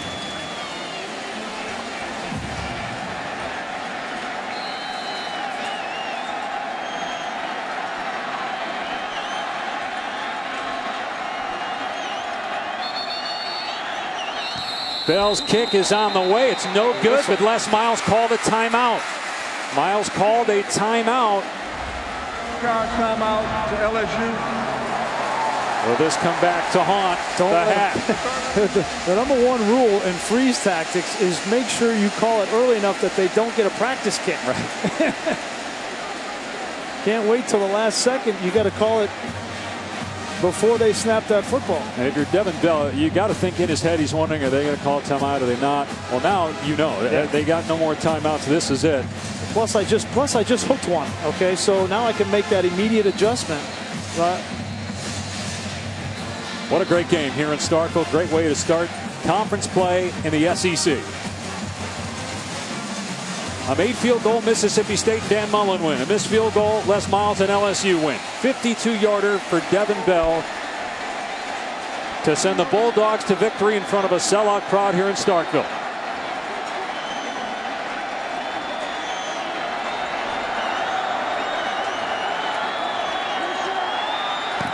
Kick on the way. Will it hook? No, it won't. And LSU wins.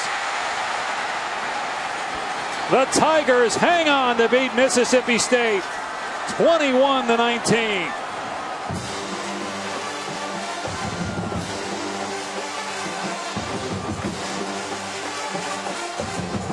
Leonard Fournette did all the scoring for LSU with 3 rushing touchdowns. And quarterback Brandon Harris gets a win in his 2nd career start. Dak Prescott, a valiant effort to lead the comeback. Had a chance to tie it on a 2-point play and then win it with that long field goal. That delay of game was a killer, though. Final score, LSU 21, Mississippi State 19. Coming up next on ESPN, it's SportsCenter. So long from now, for now from Starkville.